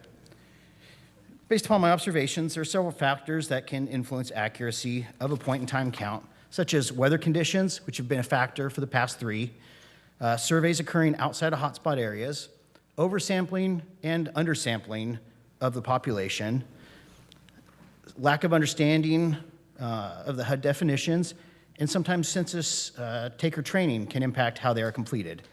And while the county and the teams attempt to identify and remove duplicate surveys, identification is not required, so duplicates can occur. Before diving into this too far, I'd like to define what it means to be sheltered homeless and what it means to be unsheltered. Sheltered refers to persons living in emergency shelters and transition housing projects. In Huntington Beach, this includes the 174-bed Huntington Beach Navigation Center, the county's 62-bed HB Oasis site, and other transitional and temporary opportunities operated by various community groups. Unsheltered means those who are living in places not designed or ordinarily used as regular sleeping accommodations for humans, such as vehicles, outdoors, public spaces, etc. Overall, the Central SPA saw a 27.7% increase in homeless from 2022, but only a 3.6% increase when compared to pre-COVID numbers of 2019. While most will look at year-to-year numbers, we must understand that there are many variables and factors that impact homelessness. This is not a static problem, making it difficult to compare year-to-year statistics. These include things like weather, COVID eviction moratoriums that impacted last year's, access to health care, the economy, unemployment, resource and shelter availability, to name a few. The images here represent all locations where interviews were conducted throughout Orange County. On the left, you'll see an expanded view of the Central SPA, showing Huntington Beach and our neighboring cities.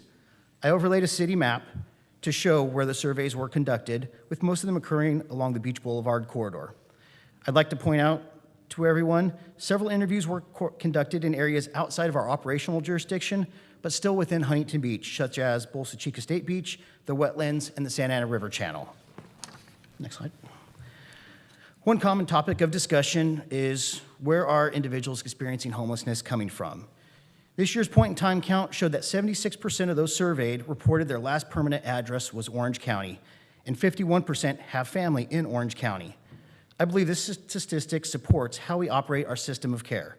And while we will work with anyone, our focus is on those with local ties to support them where they have established foundations of support. A shocking figure I took from this report is that in Orange County, over 48% of those surveyed became homeless for the first time in 12 months.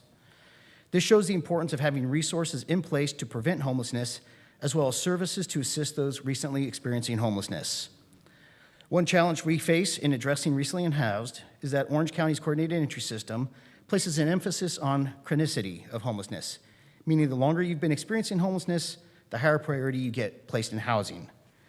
We have seen it within our own group where someone will be matched to housing and take possession of it, and then due to mental illness or other factors, they vacate the housing. When this happens, their chronicity resets, meaning they're back on the streets waiting in line. I personally would like to see a shift in focus to those who recently became homeless and additional follow-up care so they don't end up becoming chronically homeless. Additionally, in the point in time count, the county discussed the shelter to housing pipeline and how there's a need to increase housing. Between the two county shelters, Yale Navigation Center and Bridges at Kramer, 72% of the clients had completed all the steps eligible for housing, and 1 out of 12 were matched to housing opportunities. As of May 9th, I'm proud to say 77% of our Huntington Beach Navigation Center clients had completed all steps to be eligible for housing, and 1 out of 7 had been matched to a housing opportunity. This is to the credit of our social workers and our housing navigators who work cooperatively with Mercy House to prepare clients for the extensive individualized process to become eligible for housing opportunities. Now for the big one, the numbers. Our 2024 point in time count shows we had 173 individuals experiencing homelessness in Huntington Beach on that date, down from 188 in 2022, an 8% decrease, and down from 289 in 2019, representing an overall 40% decrease in unsheltered homeless in 5 years. Thank you. Out of the central and northern SPA cities, we are the only city to have decreasing unsheltered count across all 3 point-in-time counts, and one of only 5 jurisdictions in Orange County to have that, with the other cities being Dana Point, Irvine, Rancho Santa Margarita, and San Clemente, all in the southern SPA. I'm sure everyone noticed the shelter numbers have steadily increased, which is attributable to an increase in temporary housing and shelter opportunities. If these opportunities did not exist, it is likely those occupying the spaces would be unsheltered and on the streets. When looking at the sheltered count, it's important to note that in 2019, the city did not have a navigation center or the county's Oasis project. In 2022, the city had the navigation center, but is operated at a reduced capacity of 126, 46 less, due to COVID restrictions, and the Oasis site was not open yet. During the 2024 point-in-time count, Navigation Center was operating at full capacity of 174, and the Oasis Project Home Key site was operating with 62 beds available for temporary housing. Although these rooms are not occupied necessarily by those with ties to Huntington Beach, they count towards our point-in-time count since they slept in our city at the time the count was completed. The Oasis site is currently vacant and being converted to permanent supportive housing, which once completed, these beds will not count towards the point-in-time count. However, they will count towards our housing inventory. This goes the same for the Pathways project we are working on, which is anticipated to provide approximately 70 units of permanent supportive housing. I'd like to thank the County of Orange for coordinating the point-in-time count because it's a monumental task, as well as our staff and community volunteers who participated in this important process. I'd urge the community to assist in future point-in-time counts, as this process and its accuracy depends on volunteers. Thank you all for your continued support, both on the dais and in our community, for this opportunities to serve our community, and giving us the opportunity to discuss our efforts to address homelessness. Thank you. Thank you. First of all, I have to thank you guys for all the work you're doing. When we were out campaigning, there were tents on PCH, and you couldn't walk down Main Street, make it past the first block without running into somebody that was homeless. And I didn't think it was compassionate to leave them out there. And you guys have cleaned that up. Our downtown is safe, tents are gone. And the best part is they weren't just removed or shushed away. You guys are actively looking for placement for them, resources, services, and housing. You guys are just great. We're not getting text messages all the time the way we were. There's a homeless issue here, homeless issue there, and when we still get some, you guys are on it right away. You guys have an amazing team. I've met each and every single one of you guys, and you work so well together. So I just want to thank you guys for all the work you do. Our police department, fire, you guys are just amazing. So thank you. Thank you. I'm sure there are questions. Councilmember McKeon. Yeah, thank you. Thank you guys again. Like Gracie said, the mayor, it's a total team effort, laser focus. You guys are on it every single day. We talk often, every single week.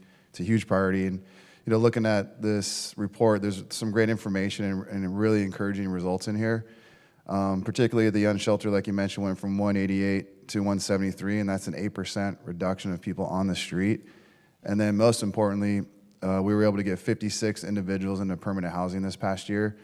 And to me, those two stats are the most important, and both continue to trend positively.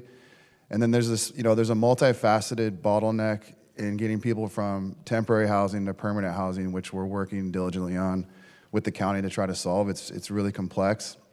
And a key factor, as Gracie mentioned, since we were elected and Lieutenant Smith took over from Jason Austin after he resigned, is that it was really important that we created defined metrics and uniform data points amongst all of the service providers, as well as interlocked and organized all of the disparate services that were being provided, so that now we can measure actual results and data to see what is working and what isn't in order to make adjustments. That's really key, because as we're going through this report, some of the data in the past years wasn't consistent, but now going forward it will be.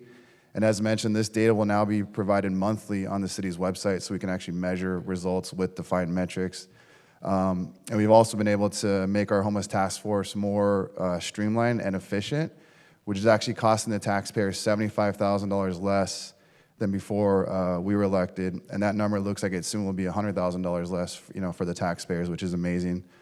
You mentioned, and then I really want to focus on Lieutenant Smith, if you can, just touch on like the trespass letters, how that's increased, and then if you wouldn't mind bringing up the Voice of San Diego article and kind of share that story with Escondido and what they did when they came up here and spoke to you. Thank you, Councilmember McKeon. I'll address the later question first. So we've had several cities from throughout the state come to see how we are operating, what our system of care is, and how we work together. And that's kind of the key, is having the right people in the right places, and I think we have that right now. There's still a lot of work to do, but it's nice to have other cities coming and recognizing what we are doing and what we have done and the progression we've made. We've been operating for 12 years now and constantly changing, and I think we're still headed in a positive direction. As mentioned, we still have work to do, but we're looking forward to it. So yeah, Escondido came down and toured our navigation center, and we've had, actually twice they came down and talked about how our system works, and it's made them reevaluate their system and how they are operating. Some of the comments we routinely get from other city leaders is, the amount of cooperation we're getting between the staff and those experiencing homelessness, the relationships that are there, that the people on the streets are willing to approach us, whether it's the officers, our Be Well, our social workers, or anybody that helps us, willing to approach them and seek out the services rather than fleeing from them. And then just the overall quality of life and cleanliness is the big issues that they're commenting about. Nice, thank you. And then one stat you mentioned earlier, which is to me key, and like you said, 46% of the homeless interviewed were homeless in the past year. And to your point, if we can emphasize, supporting them, because they'll have a better chance to get into housing permanently than people that are chronically homeless. So what can we do to help with that? Is that something we'd have to work with the county to kind of change how they focus on that? Or what's your opinion on how we can kind of prioritize the?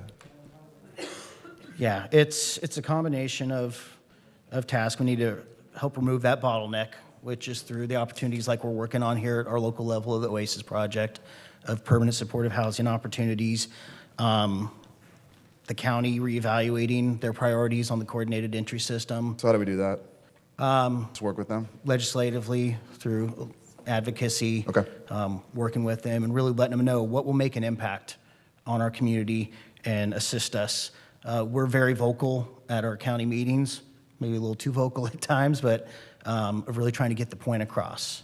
Okay, Great. Yeah, like, anything we can do to help with that. Like, I know we've talked about it, but that's a big focus, I think, going forward, is to try to fix that. Yeah, and one other thing we do here in the city that's unique is our volunteers and our community groups that really help out and have stepped up. We saw it a lot, and I saw a different perspective once I was the interim director of how much they step up and support our community, and they're paying the late fees for our late utilities for our senior citizens. They're stepping up and helping prevent them from becoming homeless. Awesome. Thank you guys so much. Does anyone else have any comments, questions, concerns? Councilmember Moser. Well, first, just thank you for all of your excellent and passionate work. We got to meet a little bit ago to talk. I got to hear you talk again about the continuum of care and the system of care here in the city. And every time I listen to, especially both of you, but really the entirety of those who are working, and also Virginia, talk about all of the good that has been done over many, many years, it really moves me, and it makes me very proud. I started working as an advocate or a volunteer within the city on homelessness, trying to encourage our city with Homeless United at the time to work together to keep connecting the dots, is what we said before, and to make sure that as we attained more tools on our tool belt, that they were able to work together. And that truly is what has been done by all of you. And it has really come so far from where we were back when I first started, which was really in the middle of when all of this had been going on for a long time. And so I just really want to acknowledge, as you mentioned, those 12 years that it's been working and kind of adjusting over time to many things, including different requirements by the county, different laws, but also I think really working with the community to show progress, to demonstrate that through what's visible, but also through the metrics that are provided. And that type of transparency is very appreciated. Let's see, there's so many pieces here. I did want to say also, it was so great to be able to see the progress which Councilmember McKeon talked about of actually getting people housed. You talking about the number of people who are document ready and how that's higher. That's because of all of the hard work. It's very difficult sometimes to get people document ready, but we can't get them to that next step without that. And so excellent work with that, and better than the county. And then on the next piece is getting people matched to housing is very challenging. And again, to see that higher than the county rate is very appreciated. It was mentioned that there is a bottleneck there. I hope that we continue to work on that from your position, but I know that it's really, much of that is our responsibility. We need to continue doing things like we're doing with the Pathways Project, moving to have a permanent shelter and also permanent supportive housing, because of course a shelter means that somebody fortunately is not outside, but that doesn't mean that they're housed, which it does demonstrate with our point in time count as well. But we need to, as a city council, work to encourage or invest in the development of affordable housing. I know we have the Jamboree senior facility that's being built right now. I think it's 40 units of housing, if I'm not mistaken. 43. 43, plus one, right, for the person that's running it, I think. So yeah, 43. That's wonderful. I haven't heard anything on the timeline for that. Do you have any updates? They just recently announced that they're starting the process to start matching through the coordinated entry system for the 21 units that will go to seniors who are chronically homeless. Wonderful. So for those that are in the coordinated entry system, those are going to be the people, because I know we hear a lot of questions about access to that housing. Yes. Okay, so get it. Well, there's a long waiting list in the coordinated entry system, so good luck to the folks that are there, Brian. Come see us, we'll help you get on it. Okay, good. Wonderful. Another thing with regards to that, I would say with regards to housing, we need to keep finding permanent supportive transitional housing opportunities. I know that There's been changes in laws to allow for churches on their properties, to be able to create housing. I hope that our planning and development department is able to assist people with resources. I know I've talked to Jennifer Villasenor about that if people come and ask, they can refer them to the right information. So those are the types of things we want to be able to help everyone in the community get access to, finding out how to build that housing. The other thing that's important is that we have a certified housing element. My concerns with that are, we were talking budget earlier. Without a certified housing element, we might not get access to SB2 funding. Can you tell me what the dollar amount is for that we've used in the past? I don't have that number offhand. Let me look over my shoulder and see. Sunny over here. Yeah, thank you. So we've received somewhere between 800 to 900,000 annually in SB2 funding. Okay. And is that currently in our current budget that we would be receiving it? It's not built into our current budget right now. Okay.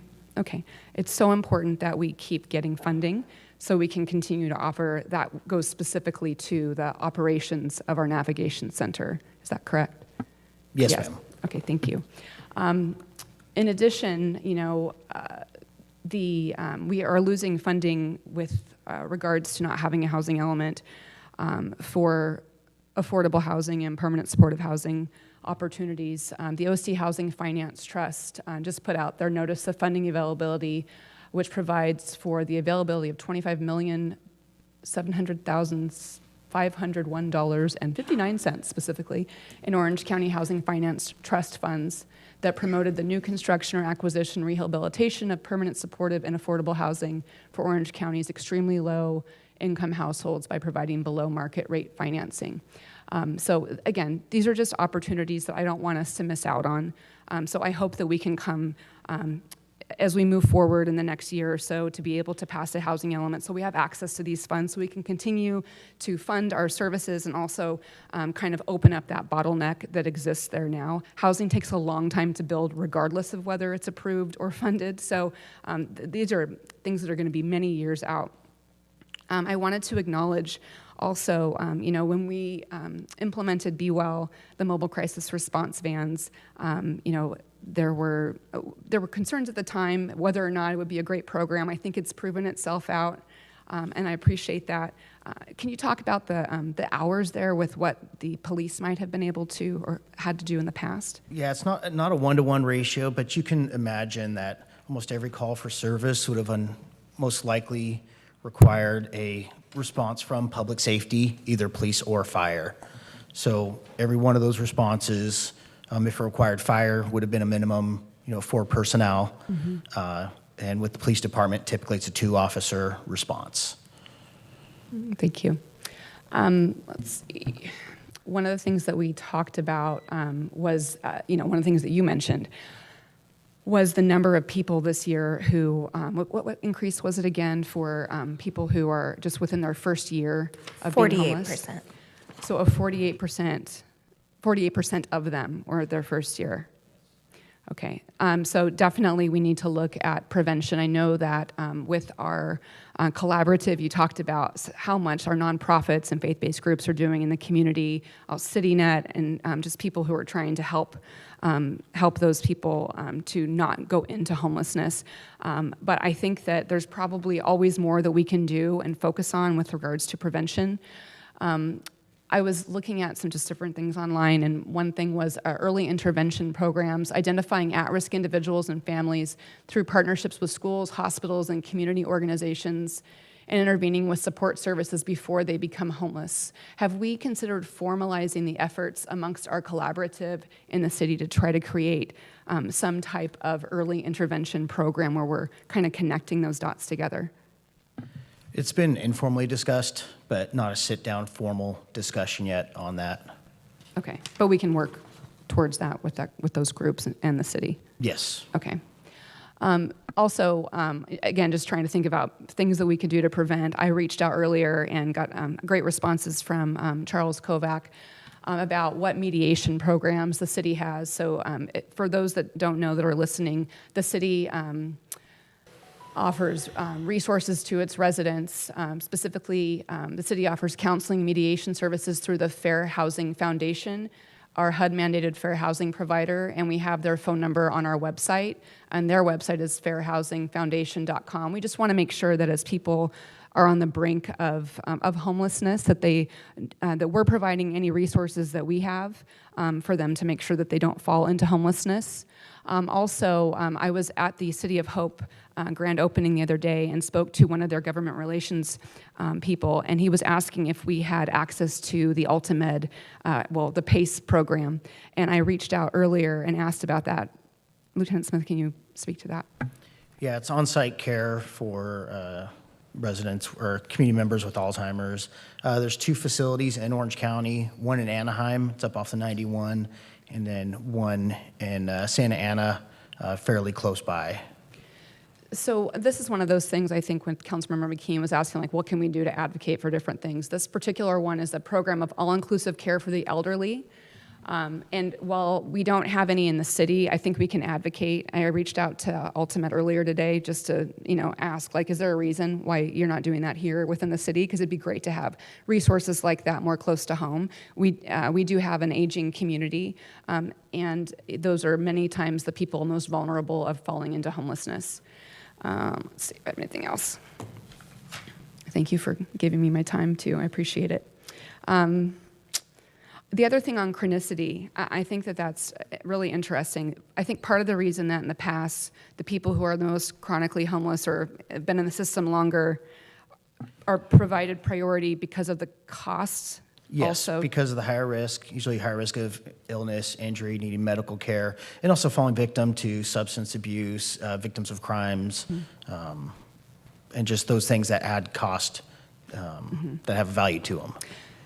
I think it'll be interesting, though, and this is one where we do need to advocate at the county level and beyond, really, because it does make sense to prioritize those folks. But, like, at the same time, in practice, if somebody gets housed and become unhoused and they reset, then they're in the back of the line again. And separately, for those folks that are newly homeless, they might be more able to get out of homelessness more easily. And I hope that at the county level, and I hope that we can advocate for that maybe that's just a whole different tributary for them to look at in a completely different way. So I know that you're already working with the county on those types of things, and if there is anything that we can do to advocate for that, we want to be able to do so. I know we don't have a lot of funding to be able to do it, but we can definitely reach out and advocate and better understand what's going on. Thank you. Thank you. Great work. Thank you. Do any other council members? Nope. Well, thank you so much for all the work you do. It's definitely not gone unnoticed. Thank you. Thank you. Okay, moving on to consent calendar, items 8 through 16. Does any council member have anything to pull? And I do too. I want to pull number 11. 11? 10. And you have, 16 for a quick question. okay, Move the remainder of the consent calendar. second. Moved by Strickland, second by Vandermark, correct, for consent items 8 as amended by supplemental communication 9, 12, 13, 14, and 15. Is that correct? Yes. All right. Councilmember Mosier. Aye. Bolton. Aye. Burns. Aye. Vandermark. Yes. Strickland. Aye. McKeon. Yes. Kalmick. Aye. Passes 7-0. Thank you. Thank you. Councilmember Moser. Thank you. So number one, I love this idea of putting a plaque up for the 50th Jubilee, and I think it looks generally great. I appreciate everybody that it's honoring, especially our volunteers who do such an incredible job. It was wonderful to have Chris Coulson here earlier, talking about the Eagle Project that he's hoping to do. The reason that I pulled it, though, besides wanting to just say thank you to everyone and the excitement to have this plaque, and just this exciting Jubilee 50th anniversary of our park, is more of a design concern, not a big concern. But if you look at the plaque mock-up, and I'll pull it up, so and do what you will, but it has the top 3 lines, and I wouldn't change a word of any of the lines, but from a visual perspective, it's the 2 long lines and then 3 words. If you could just even it out, That's all. And I don't care how you do it. It just looks, as a photographer and visual person, it just looks kind of funny. That's all. So I don't necessarily think we need to like say which words should go where. I just ask that I'd make a motion to move this item just with just that design orientation as well, considered as well. Okay. Second. Okay. Been moved and seconded. Okay, let's go ahead and vote. Councilmember Mosier. Aye. Bolton. Aye. Burns. Aye. Vandermark. Yes. Strickland. Aye. McKeon. Yes. Kalmick. Aye. Motion passes 7-0. Okay, Councilmember Bolton. Thank you, Mayor. So item 11 is coming back for the second time. It is a grouping of zoning text amendments. I think that's Part A of the item, and then Part B of the item is a different type of ordinance that has to do with restricting councils, future councils, from entering joint powers authorities to purchase workforce housing. And I voted against that last time it came up. And so my question, and I don't know who to direct this to, is can we vote on Part A and Part B separately? Or does it have to be all together? City Attorney, or who would be able to answer that? I think you can vote on A and B separately, or you can just register a no vote for B. On B? Okay. I do have the vote count from the last meeting on each item. So would you like to do that? Yes. Go A and B? Yes, I would, yes. For the same reasons articulated last time, I don't think it makes sense to tie the hands of a future council if we need to develop workforce housing. Just doesn't make sense to me to add obstacles to that process. We just talked about what we needed to do to make housing more available so that people who fall into homelessness have more options in terms of places to go. And, potentially that could be one of those options. So I would vote in support of item A, but I will not support item B. All right. Do you want to move item A? I will move item A, yes. Do we have a second? I'll second that. Okay. So item A, which includes ordinance numbers 4307, 4308, 4309, 4310, 4311, 4312, 4313, and 4314, which were approved for introduction on May 7 by a vote of 7-0. Let's take a vote on this now. Councilmember Mosier? Aye. Councilmember Bolton? Aye. Burns? Aye. Vandermark? Yes. Strickland? Aye. McKeon? Yes. Kalmick? Aye. Item passes 7-0. All right. I'd like to move item B. Second. Okay. All right. Item B, which is ordinance number 4322. Councilmember Mosier? No.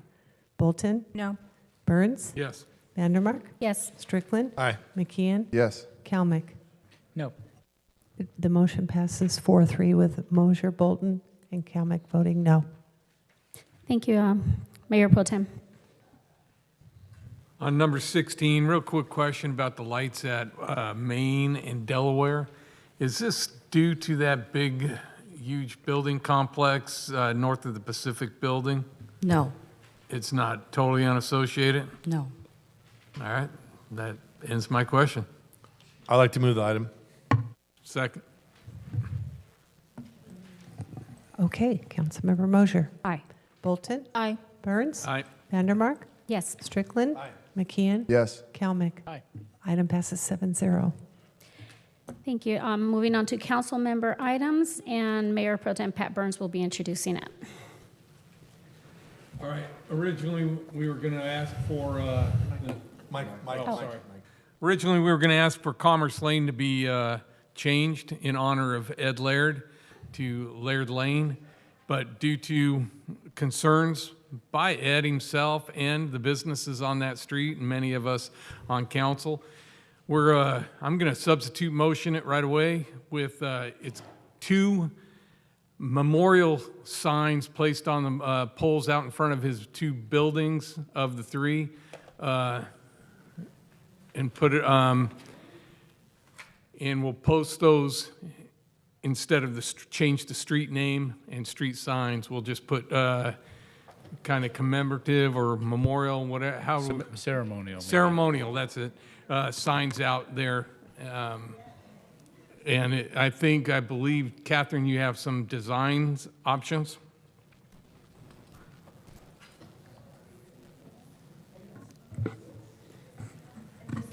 We do. We have a proposed design for the street sign up above, and it has a tagline on the bottom that says, "For his service to Huntington Beach." What you see is a sign that would be on a light pole that would most likely be in front of Mr. Laird's business.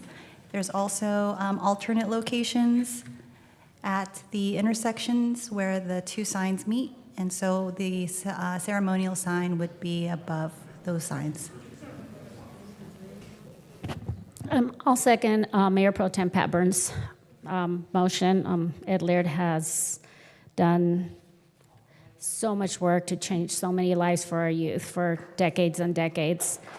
And most of the times we wait till people pass away to memorialize them, remember them, and celebrate them. And that's actually just to benefit us, the ones that are remaining alive. And I think it'd be great if we actually do this so that he would get the joy to get to see this as well. So I'll second Mayor Pro Tem Pat Burns' motion. I would just like to add that Mr. Laird's done remarkable work with the Boy Scouts, has been mentioned by constituents coming forward. All the philanthropic things he's done for our city. People like Ed Laird are what make Huntington Beach incredibly special. And I concur that too many times we wait till someone passes away to honor them. I think we should honor people at the twilight of their career for all the great works that he's done. I believe the motion was also that it was Laird, not Ed Laird, but Laird Lane, correct? Just Laird, yeah. Laird Lane. And I want to just thank Mr. Laird for all he's done for our community. And I think we should honor people who make our city just the great city that it is. And so I'm honored to be a joint author of this measure. I have a quick question. Catherine, or perhaps someone, the attorney can answer. Is a resolution still required for this? It won't be. It's not required for this. I spoke with the city attorney prior to. Okay. And so. And that's my question. Thanks. Councilmember Kalnick. Thank you, Madam Mayor. I actually think this is a great idea holistically. I have some process problems with it, and I do want to apologize on behalf of this council for the fire drill that the folks on Commerce Lane had to go through and start contemplating how much money they were going to have to spend on calling their website person and updating all of their letterhead, because I got phone calls from folks saying that they had just spent $20,000, $30,000 branding Commerce Lane. So I'm glad that this option is brought forward tonight. But the process, I think, is kind of backwards here. And so I think that this is again, a great idea, another way to commemorate and honor folks in the community. But I think it speaks to kind of how this was rolled out, that there wasn't really public notification. Folks didn't know that this was going to happen. And we didn't get any really public input on this because we didn't mail anybody on the street as a city. So I think that we should build a policy for this, and we should have the signs reviewed by, I mean, this was mocked up in 48 hours, 24 hours, 20 minutes. I don't know how quick, but to see different options. I think the DRB is a great organization to review this, maybe Public Works Commission, and create a policy so that we can go through a process here that would allow someone to submit or the council to submit and have it just like we do name parks. It goes through community services, gets sunshined there. Folks, we can gain input from that, so we don't have folks coming down here. They can voice their concerns at the community services commission, and then bring it to the city council for a vote. I don't know which sign is the motion for this evening. Is it the one on Commerce Lane, or is it The one on the top. the one over the existing sign, or the one on the street light? The one on the, So then, I guess I just have a technical question. I mean, I saw Bob walk out, which I don't think he should have left yet. Would that be over the street, or would it be over the sidewalk, as depicted? It will be over the sidewalk. Okay. All right. I just wanted to see the UPS truck could take Yep. that down pretty quick. So I would make a substitute motion to table this for now and have staff come back over the next couple of months. I also had some questions for staff whether or not this is the existing process, again, if we were going to rename the street, was a permit or some sort of entitlement. And we may run afoul of the Levine Act, because I know some folks have received money from Ed Laird within the 1-year window, and I wouldn't want this whole thing to kind of fall apart because of a conflict of interest. So it was unclear as to like what action the council is taking. This is just kind of a made-up thing at this point, so I think we're probably in the clear. But I would support this if it came through a proper process that was vetted, and folks, on that street had an ability to that have to work and see that every day, have an ability to comment at least on the record as to how they feel about it. But so I'll make a substitute motion to table this item for tonight and to have staff come back with a process to do commemorative or honorary street signs throughout the committee in the next 60 days or 90 days. Second. Councilmember So Strickland? I would like to speak against a substitute motion. First of all, this is the proper body to deal with it, not, and number two, this is the government process. As we introduced the resolution, we've heard from our constituents in our community, and we took their concerns and their voices, and then that's why we amended it to where it is today. And so this is exactly the process of government, as you hear from your constituents and you adjust based on those concerns. Number two, in terms of the Levine Act, I've already checked it out. There's no monetary value to this, so there's no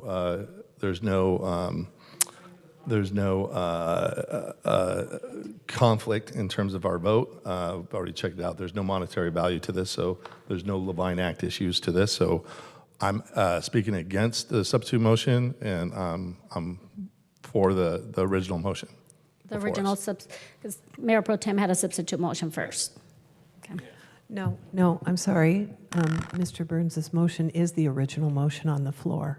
Yes. What's Yes. noted in the agenda is different, but the first motion is the original motion. You're So- correct. You're correct. Okay. So let's. And actually, before we continue on, if we're going to call for the vote, I just have a question for the city attorney. Since this was agendized as renaming the street and the action we're taking tonight is actually not doing that, do we have a public notification issue, or is it just encompassed under, we're going to talk about signs on Commerce Lane? It's within the scope of what was on the agenda description. Again, I don't want to get hung up on process with no process. Right. Well, it did. I mean, there was proper notice, and it's within the scope of was already agendized. So there's no issue. Okay. Okay. All right, so we're going to go ahead and vote on Mr. Kalmick's substitute motion. Councilmember Mosier. Aye. Councilmember Bolton. Aye. Burns. No. Vandermark. No. Strickland. No. McKeon. No. Kalmick. No. Oh, yes, aye, sorry. All right. So the motion fails 3-4. Burns, Vandermark, Strickland, and McKeon voting no. I'd like to call for a vote for Mr. Burns' motion. All right, so that was the substitute motion for the honorary Laird Lane sign, correct? Yes. All right. Councilmember Mosier. Abstain. Bolton. Abstain. Burns. Aye. Vandermark. Yes. Strickland. Yes. McKeon. Yes. Kalmick. Abstain. All right, so the item passes 4-3 with Mosier, Bolton, and Kalmick abstaining. Okay. Since Madam we're Chair, I'd like to move to adjourn. done- Meeting's adjourned.